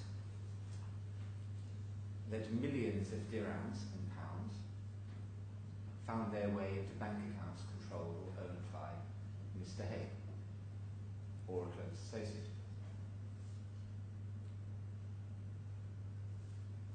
It is an admitted fact that the audit trail which supports those payments in the claimant's records is wholly fraudulent.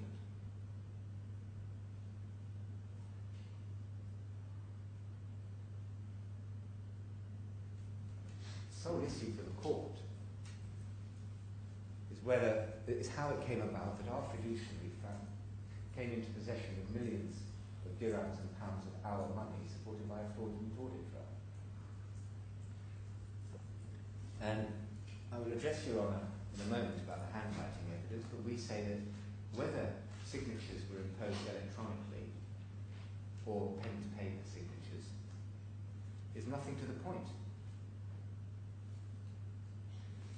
Whether documents were created personally by Mr. Haigh or created by others is nothing to the point, because the highest it can go is that Mr. Haigh had help.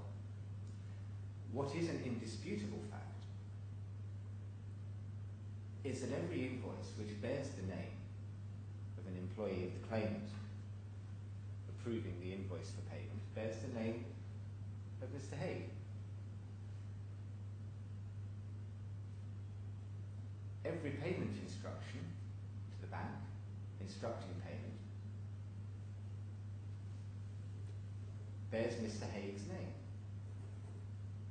as well as that of Mr. Matthew. Every email sent instructing payment was sent from Mr. Haigh's email account.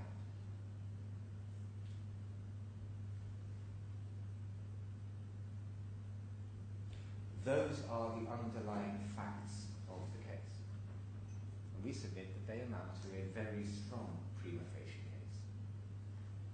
That Mr. Haigh, in breach of his fiduciary duties to us, and in breach of contract, because those are the two causes of action pleaded, helped himself, and to put too fine a point on it, to a very substantial amount of our money.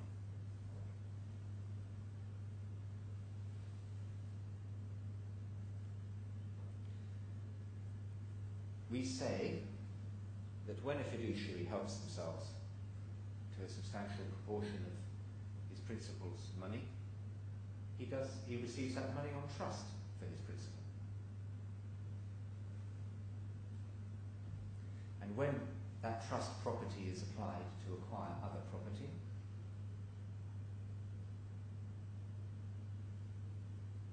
trustee is obliged to account for that trust property, or alternatively, more importantly for present purposes, the beneficiary, the principal, fiduciary's principal, the victim of the fraud, is entitled to trace their property from the fiduciary's bank account into assets which have been acquired with it. And those assets may be other bank accounts, they may be real property, and they may be entitlements under contracts.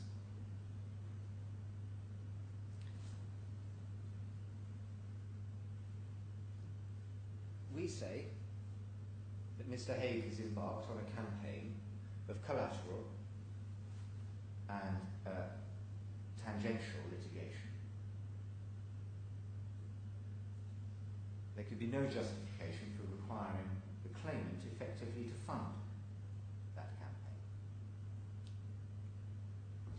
Well, it strikes me that Mr. Ali is rather accepting that that's so, that his demand, his request rather, is really related solely to the Dubai proceedings, both civil and criminal. I did understand him to be saying that, and I was coming to that. But if that be the case, then there are 3 outstanding claims by Mr. Haigh for a company controlled by him. 1 in this court, and 2 in the United Kingdom.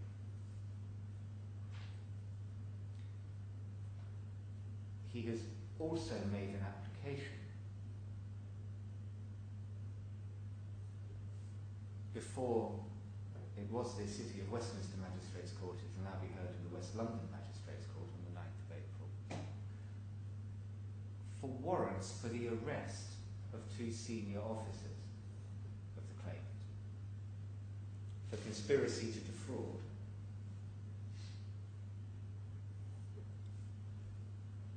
Which application notice is drafted by another leading counsel,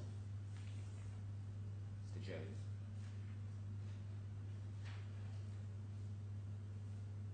and which seeks the arrest of Mr. Arias and Mr. Patel on the basis that this claim has been fabricated.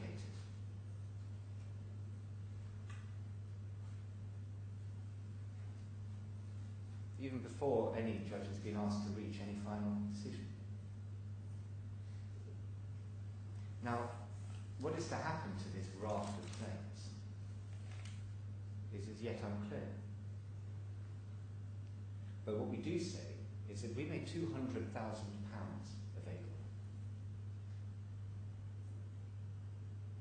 Shortly, in fact, before the September hearing. As a pragmatic measure, Your Honour may recall, recognising the reality that Mr. Haigh was unlikely to voluntarily disclose substantial assets beyond those which the claimant is able to identify and trace as being bought with their own money. If that money has been expended many times over on this campaign of collateral litigation, then Mr. Haigh must bear the consequence.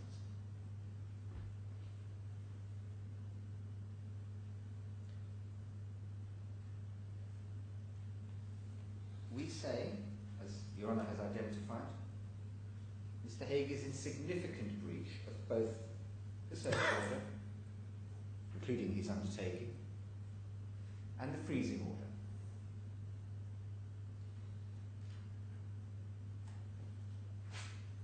We've identified, in addition to Departments 4 and 5 of the Code, what is called the Code, I believe the full name is the Cove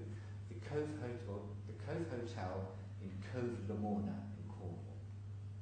But in addition to that, there are a raft of companies which own the freehold to that block, and a number of other apartments within the development. I should say a raft, it's 4. Which Mr. Haigh asserts he has no interest in, notwithstanding that he funded the entirety of the acquisitions.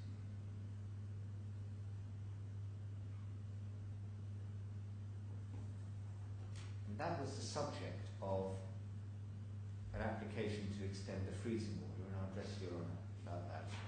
Well, as I understand it, there was an application to vary the freezing order in London to include those properties within the assets that the defendant should not dispose. Yes. Correct. On the grounds, presumably, that there was a good arguable case there were his property. Either that or that he was the ultimate beneficial owner of the companies which held them. Yeah. Right. Mr. Justice Flo had no difficulty in reaching that conclusion. We say that the application for release of funds for living expenses is, as Your Honour has identified, simply a slimmed-down version of the application made in September. And that, in short, Mr. Haigh has simply failed to establish that he needs any more than the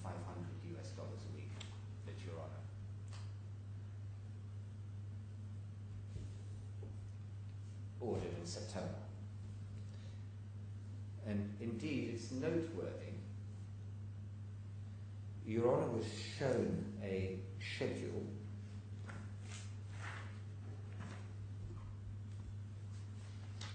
of living expenses. I'm just attempting to turn up. Schedule B. Yes, page 117 behind divider 6 in appendix 1 for this application. He asks for 3,320 dirhams per week, which he equates to $903.86. The draft order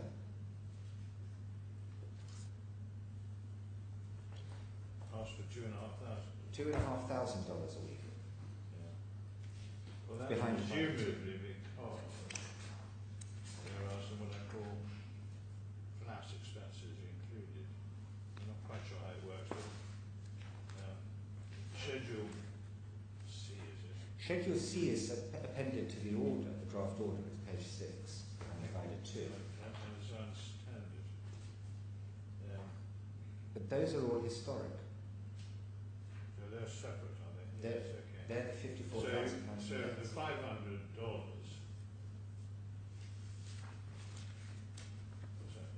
So, I Mr. do Haigh, apologise. In the draft order, there is a something unusual request for more money when he's in custody than when he's out. Quite. 2,500 a week, yes. which is presumably in part made up at $900 at page 117. And then in And made paragraph, up for something else. well, we don't know. We don't know. We don't know. We say that when one compares the 3 funding applications, this is in fact the 4th time the court has been troubled with funding of living expenses, because of course the matter went by consent before Sir John Chadwick in June of last year. We say that when one compares the 3 substantive funding applications, as Your Honour identified, the difference is simply so marked, Your Honour cannot be satisfied. And it's not just the numbers, it's also some of the inconsistencies in the basis for what is put forward. And of course, I mean, just going to Schedule 1.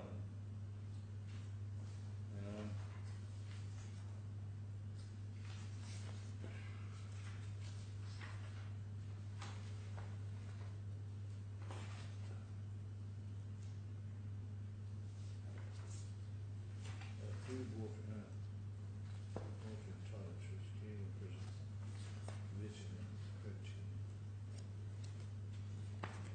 external liquid food. Right. there is a compare and contrast table which takes some considerable time. It's fact Yeah, I've got convenient it to come from page 19 of your Indeed, sir. supplementary skeleton, yes, I have that. Yes. So we're looking at the first 9 items, and as well as one other item, I think, Yes. the painkillers, that's right. Yes. So, Your Honour sees in over the following pages a raft of differences. yes, I'll come to the credit card in a moment, if I may. But page 24 of my skeleton argument, paragraph 33, yes, I highlight a number of differences in the factual premises for the applications too. yes, The first relates to the need for Mr. Haigh to attend on doctors. And it wasn't just Mr. Lawson, Mr. Chandrasekhar gave the very clear impression that the treatment Mr. Haigh needed wasn't available in the police station where he is detained. Now Mr. Haigh says, I have never been allowed off-site for private medical treatment. Second item, it's our understanding that certain medication which the defendant has been prescribed and or provided previously for his conditions are only available from the Ministry of Health, nor is such medication readily available in pharmacies in the US and UAE. There's no reference to a need to pay for medication there.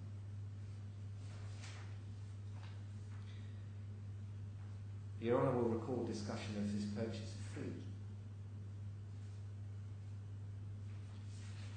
In the December application, the one that was withdrawn as soon as it was ruled that it was not an urgent application needing to be heard on Christmas Eve, it was said the defendant remains unwell and requires special liquefied foods for ease of digestion.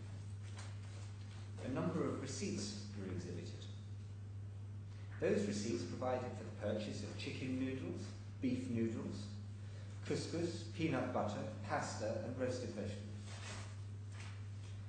Mr. Haigh tells Your Honour today, his undated, unsigned witness statement, I am a near lifelong vegetarian and no strict vegetarian option is provided at Bur Dubai. He says, I am unable to eat solid foods without vomiting.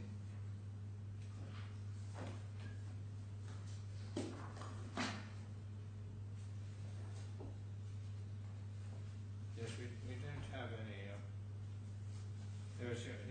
Yes, pages 698 to 699 was Mr. Watson's exhibit.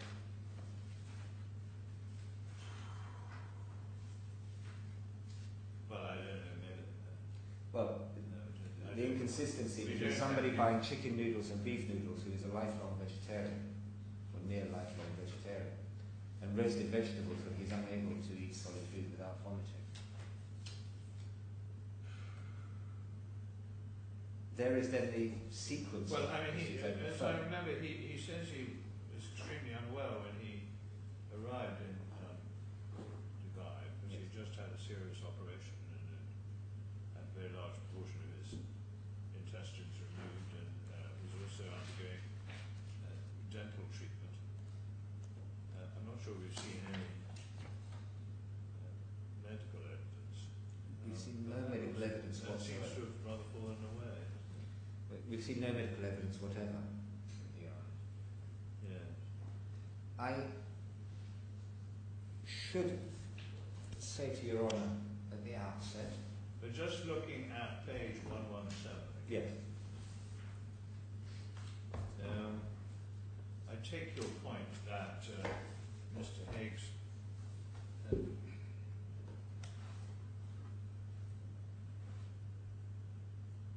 various formulations of what he needs is a pretty variable feast, which makes one perhaps hesitate before relying on anything. But is there anything in this particular list which strikes you as excessive?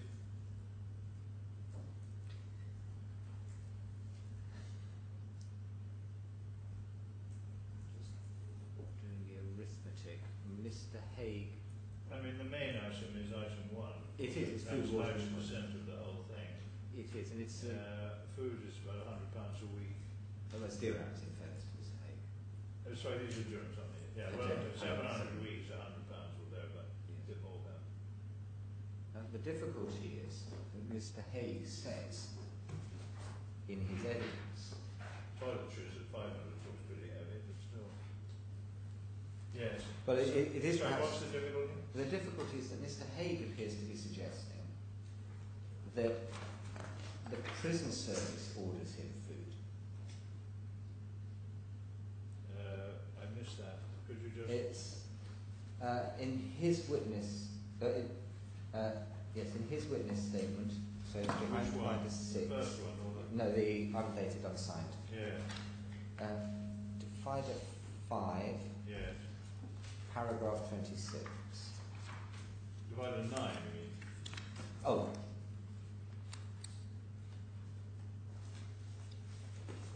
I think I mean divided 5. Oh, Yes, I do mean divided 5. okay. It's the original witness Yeah, the statement in original support one, of the yeah. application. So, paragraph what? 26. Yes. It's not paragraph 26 at all. Yes, it's sorry, paragraph 21, page 107.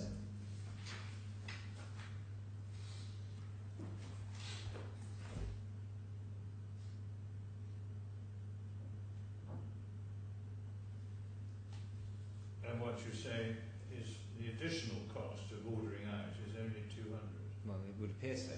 and not 2,000. Yeah. Sorry, not 5. And No, what's I've the- lost it. You'll see it. Yeah. It's page 117 behind the Thank you page. so much. Yeah, not 700. It's Yeah. actually 200. Yeah. And of course, that's on. In fairness to Mr. Haigh, that appears to be item B. So it's 1B on page 117. External liquid food, soup, etc. 200 per week. Yeah. But on top of that, food ordered through the prison catering service, 700 per week. So he's in fact seeking 900 dirhams per week. So I'm very sorry to explain. Paragraph 21B identifies Indeed. the external food which is brought in, Yes. and that's 200. Item A, you say, comes for free for what it's worth. Well, we don't know. And sorry, where's the 500 come from? There's 700 per week for food ordered through prison catering services, 100 dirhams per day. Then B, external liquid food, soup, etc., 200 dirhams So that's per week. that's a duplication. You say. Well, and the difficulty is, of course, we don't know because we're not privy to the So precise you're saying details. it's of the not service. clear. I don't know one way or Yes. the other, but the item 1A is that Yes. supplied by the prison service. And what we say, But he can't eat it. well, so he says. So he says, yeah. But it's also right to say he doesn't give any clear account of how he's funding any of these expenses hitherto, because he also claims that he hasn't had access to his bank account. But what we say, Your Honour, is that on the last occasion, Your Honour made $500 per week available to Mr. Haigh. And the burden is on him to show that he needs more.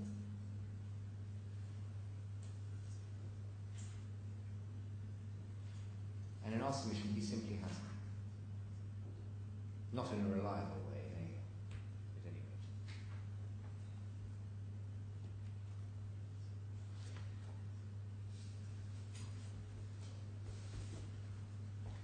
Can I turn to an additional point? Your Honour repeatedly asked my learned friend about the apartment in Dubai, Marine. Your Honour, in fact, has an indication of value, at least from Mr. Haigh. And it is in Stevenson Harwood's September bundle,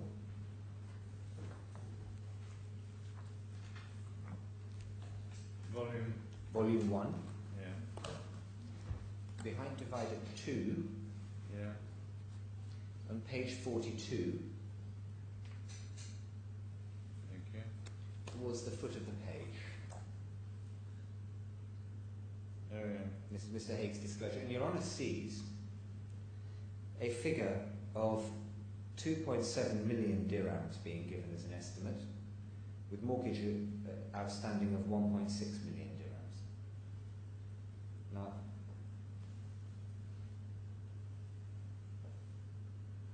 if that's right, and perhaps with aggressive marketing, it would appear that there is somewhere of the order of 1.2 million dirhams, £200,000, available to Mr. Haigh, which whilst we would not be going to say happy, but whilst it would not perhaps fill the claimant with joy to see it go, because there will be a shortfall unless we can find other assets, we cannot properly mount a proprietary claim to. And of course, very different considerations apply in these prejudgments to those. And so that amount of money would appear to be available to Mr. Haigh. I should say we do lay claim to the Cornish properties, both those in Mr. Haigh's name and in the name now of his sister and in the name of the various companies. And the reason for that is that whether directly or indirectly we can follow the money from the fraudulent payments into his bank account into those properties directly. Understood.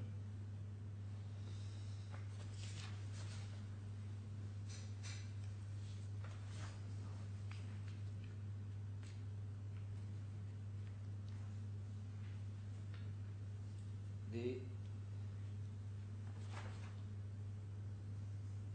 proceedings that we have been faced with is perhaps instructive in light of some of the learned friend's comments.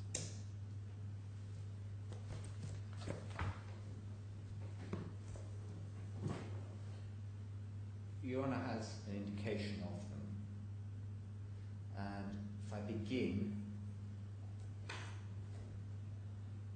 volume 3 of the claimant's evidence in response, so headed evidence in answer.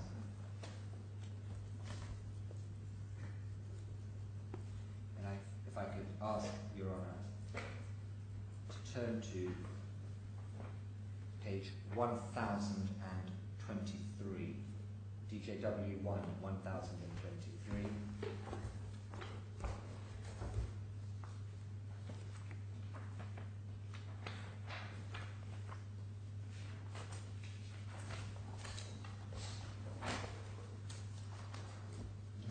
This is a claim form in a claim brought by Mr. Haigh against the claimant and Hisham Reyes, the chief executive of his parent. At the foot, Your Honour sees the amount at issue is $150,000. Legal costs were estimated at $20,000, and an issuing fee was paid of $7,500.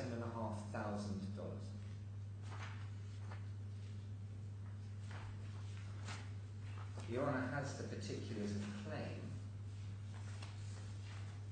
such as they are, beginning at page 1026. Yeah. Thus far, Mr. Haigh has chosen not to proceed on that claim. In fact, he simply refused to proceed on that claim until and unless his application for funding is successful. In light of learned friend's concession this morning that he seeks funding only for these proceedings, for this claim, one wonders what is to happen to that claim now. But Your Honour will have also noted the date of the claim form, 1023, 9th of October of 2014. If I could ask Your Honour to turn to page 1033. This is the claim form, as yet unparticularised, for a claim in deceit which says it is for between £100,000 and £150,000, but which has been publicised as a £1 million claim, against a number of individuals and companies, including the claimant. A court fee was paid of £1,115, and the claim form was issued on the 3rd of October of 2014. Page 1035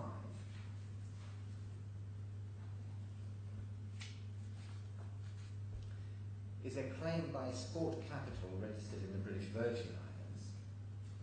There are two Sport Capital Limiteds, both owned by the defendant, one in the BVI, one in Guernsey. This is a claim for £33 million against the claimant. Although it makes reference to particulars of the claim, we have yet to see them. It was issued on the 23rd of January of this year, and a court fee of £2,400 was paid.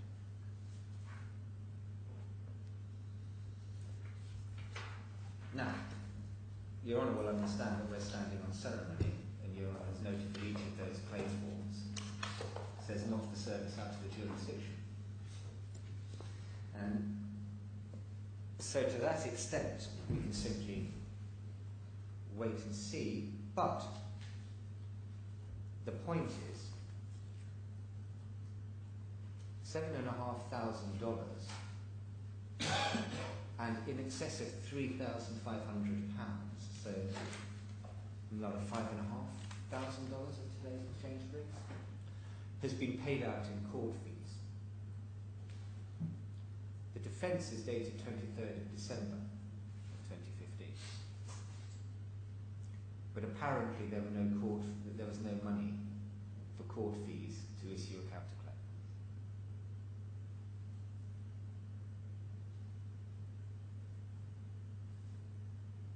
And my learned friend says, well, the limit has been reached by them. But as Your Honour sees, the claims kept coming. And in the additional materials, so just the date of the defence is what? the defence was received, signed on the 23rd of December. 23rd of December. December. Thank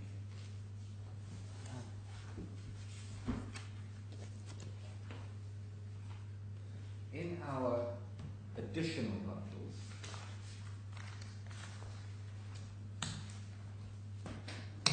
Volume 2,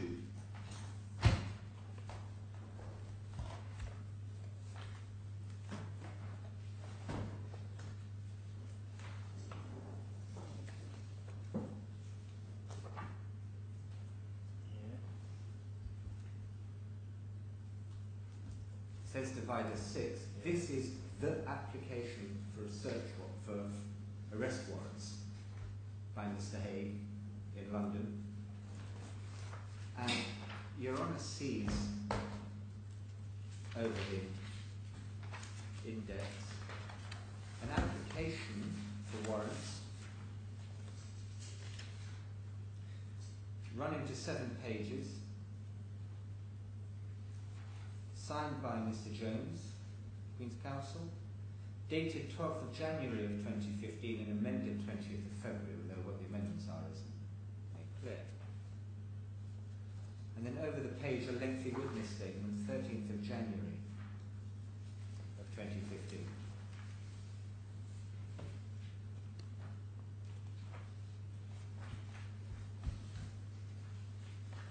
Which describes itself as an information.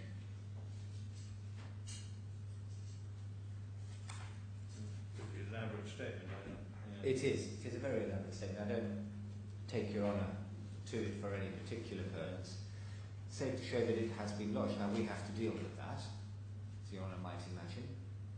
One can't simply allow an application for warrants for the arrest of 2 senior members of the claimant, 2 senior officers of the claimant, to go unchallenged. And the Magistrates' Court has asked us for our views, unusually. I can take Your Honour to the charge itself, if it would assist. Yeah.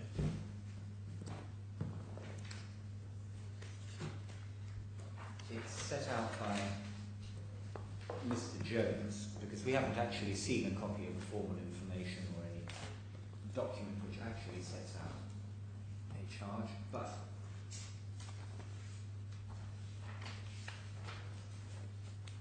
it's on page 74 of the bundle,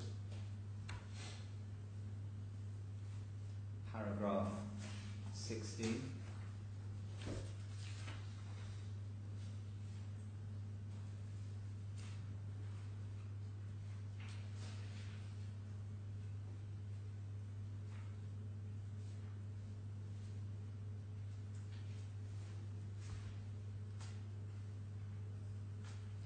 And Your Honour sees that the second particular, to advance a fabricated claim for fraud against him in this action. Now we say, of course, this is a naked collateral attack on these proceedings and an abuse of the process of the Magistrates' Courts in London. But that's an issue we have to litigate. The point for present purposes is Mr. Haigh appears to have no difficulty accessing a raft of senior and highly respected legal representatives for proceedings in multiple jurisdictions, or accessing funds for issuing fees or for that matter accessing the services of multiple experts,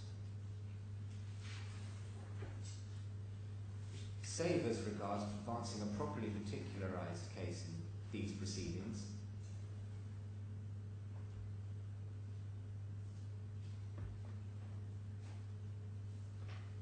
and save as regards assertion that his lawyers will now suddenly down tools. We say that Your Honour's point is well made, with respect. The £500,000 sought by Mr. Ray this morning represents approximately, by my calculations, 1/6 of the total amount that it is expected this will cost.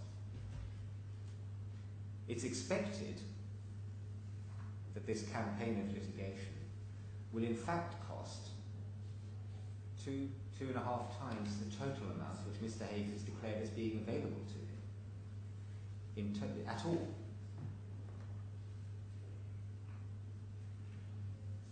And when we pointed this out in our evidence response, that there was no indication of where the balance would come from, Chandrasekhar says, well, the reality is that if these proceedings all go to trial, his lawyers simply won't be paid. And it's as well perhaps that I turn that up.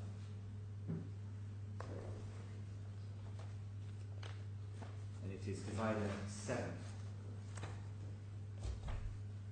of the defendant's bundle.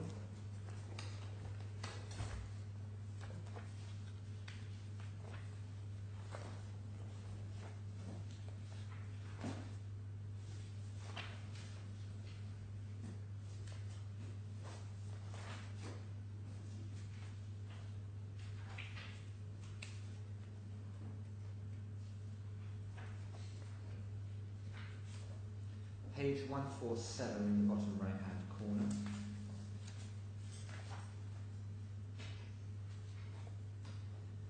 Paragraph 7.7 at the foot of the page. And I stand silent as Your Honour reads over the page that paragraph.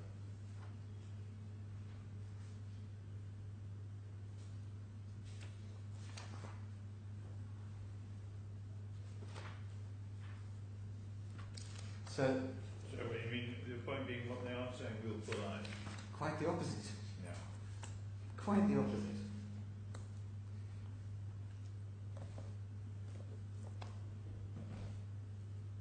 And if the application is limited to £500,000 in connection with these proceedings and with the criminal prosecution in Dubai, then it must follow that Stevenson Harwood and Mr. Jones and the learned friends and all of their experts are prepared to deal with all 3 of the claims that Mr. Haigh has issued and the criminal proceedings for free. What Mr. Haigh and his advisors in our respectful submission cannot do, or properly do, is pick and choose which bits of Mr. Haygh's campaign in answer to this claim they're going to engage with unless they're paid. And in any event, there is no indication whatsoever that if this money is not forthcoming, he will be left without representation.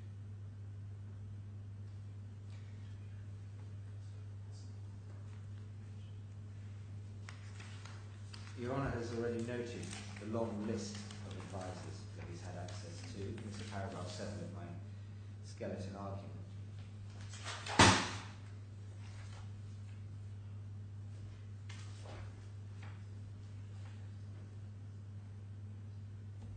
A point of note about a lack of access to funds and an ability to communicate with the outside world. Well, Your Honour may find it remarkable that a man who has no money and no ability to contact the outside world, has been able to instruct no less than 20 different firms of solicitors, counsel, accountants and other experts.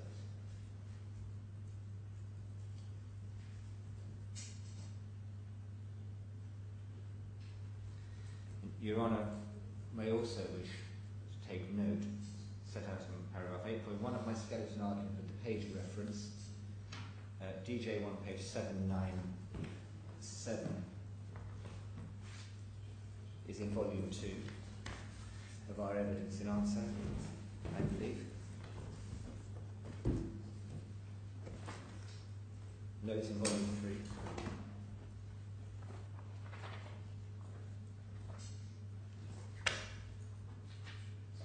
Sorry, 797. 797, DJ1. It must be in volume 3. It is volume 3, yes.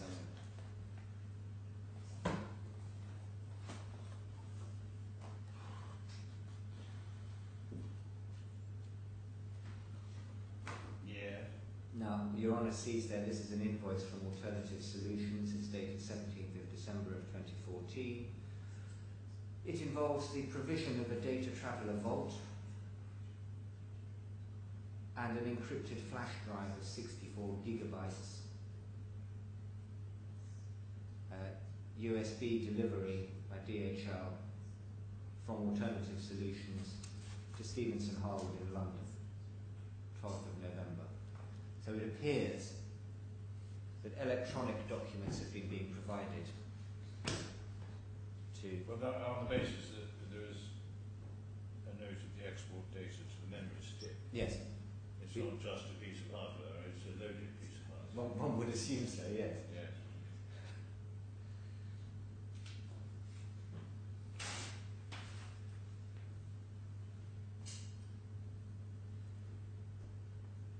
So I'm quite sure what I get from this.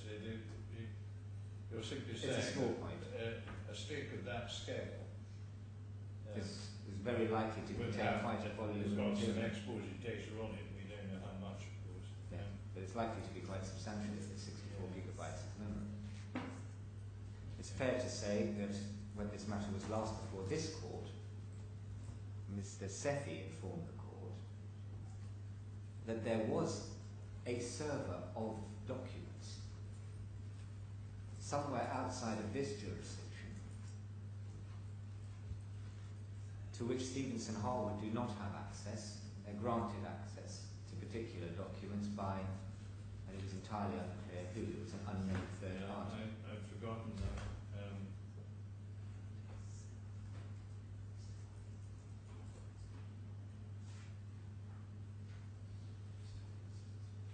So you're suggesting that access has now been achieved?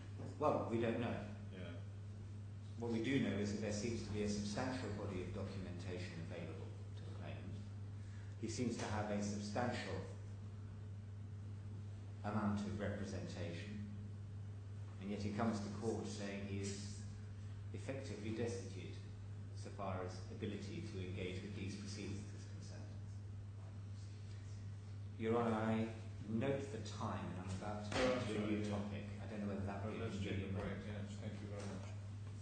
We'll start again at 2 o'clock.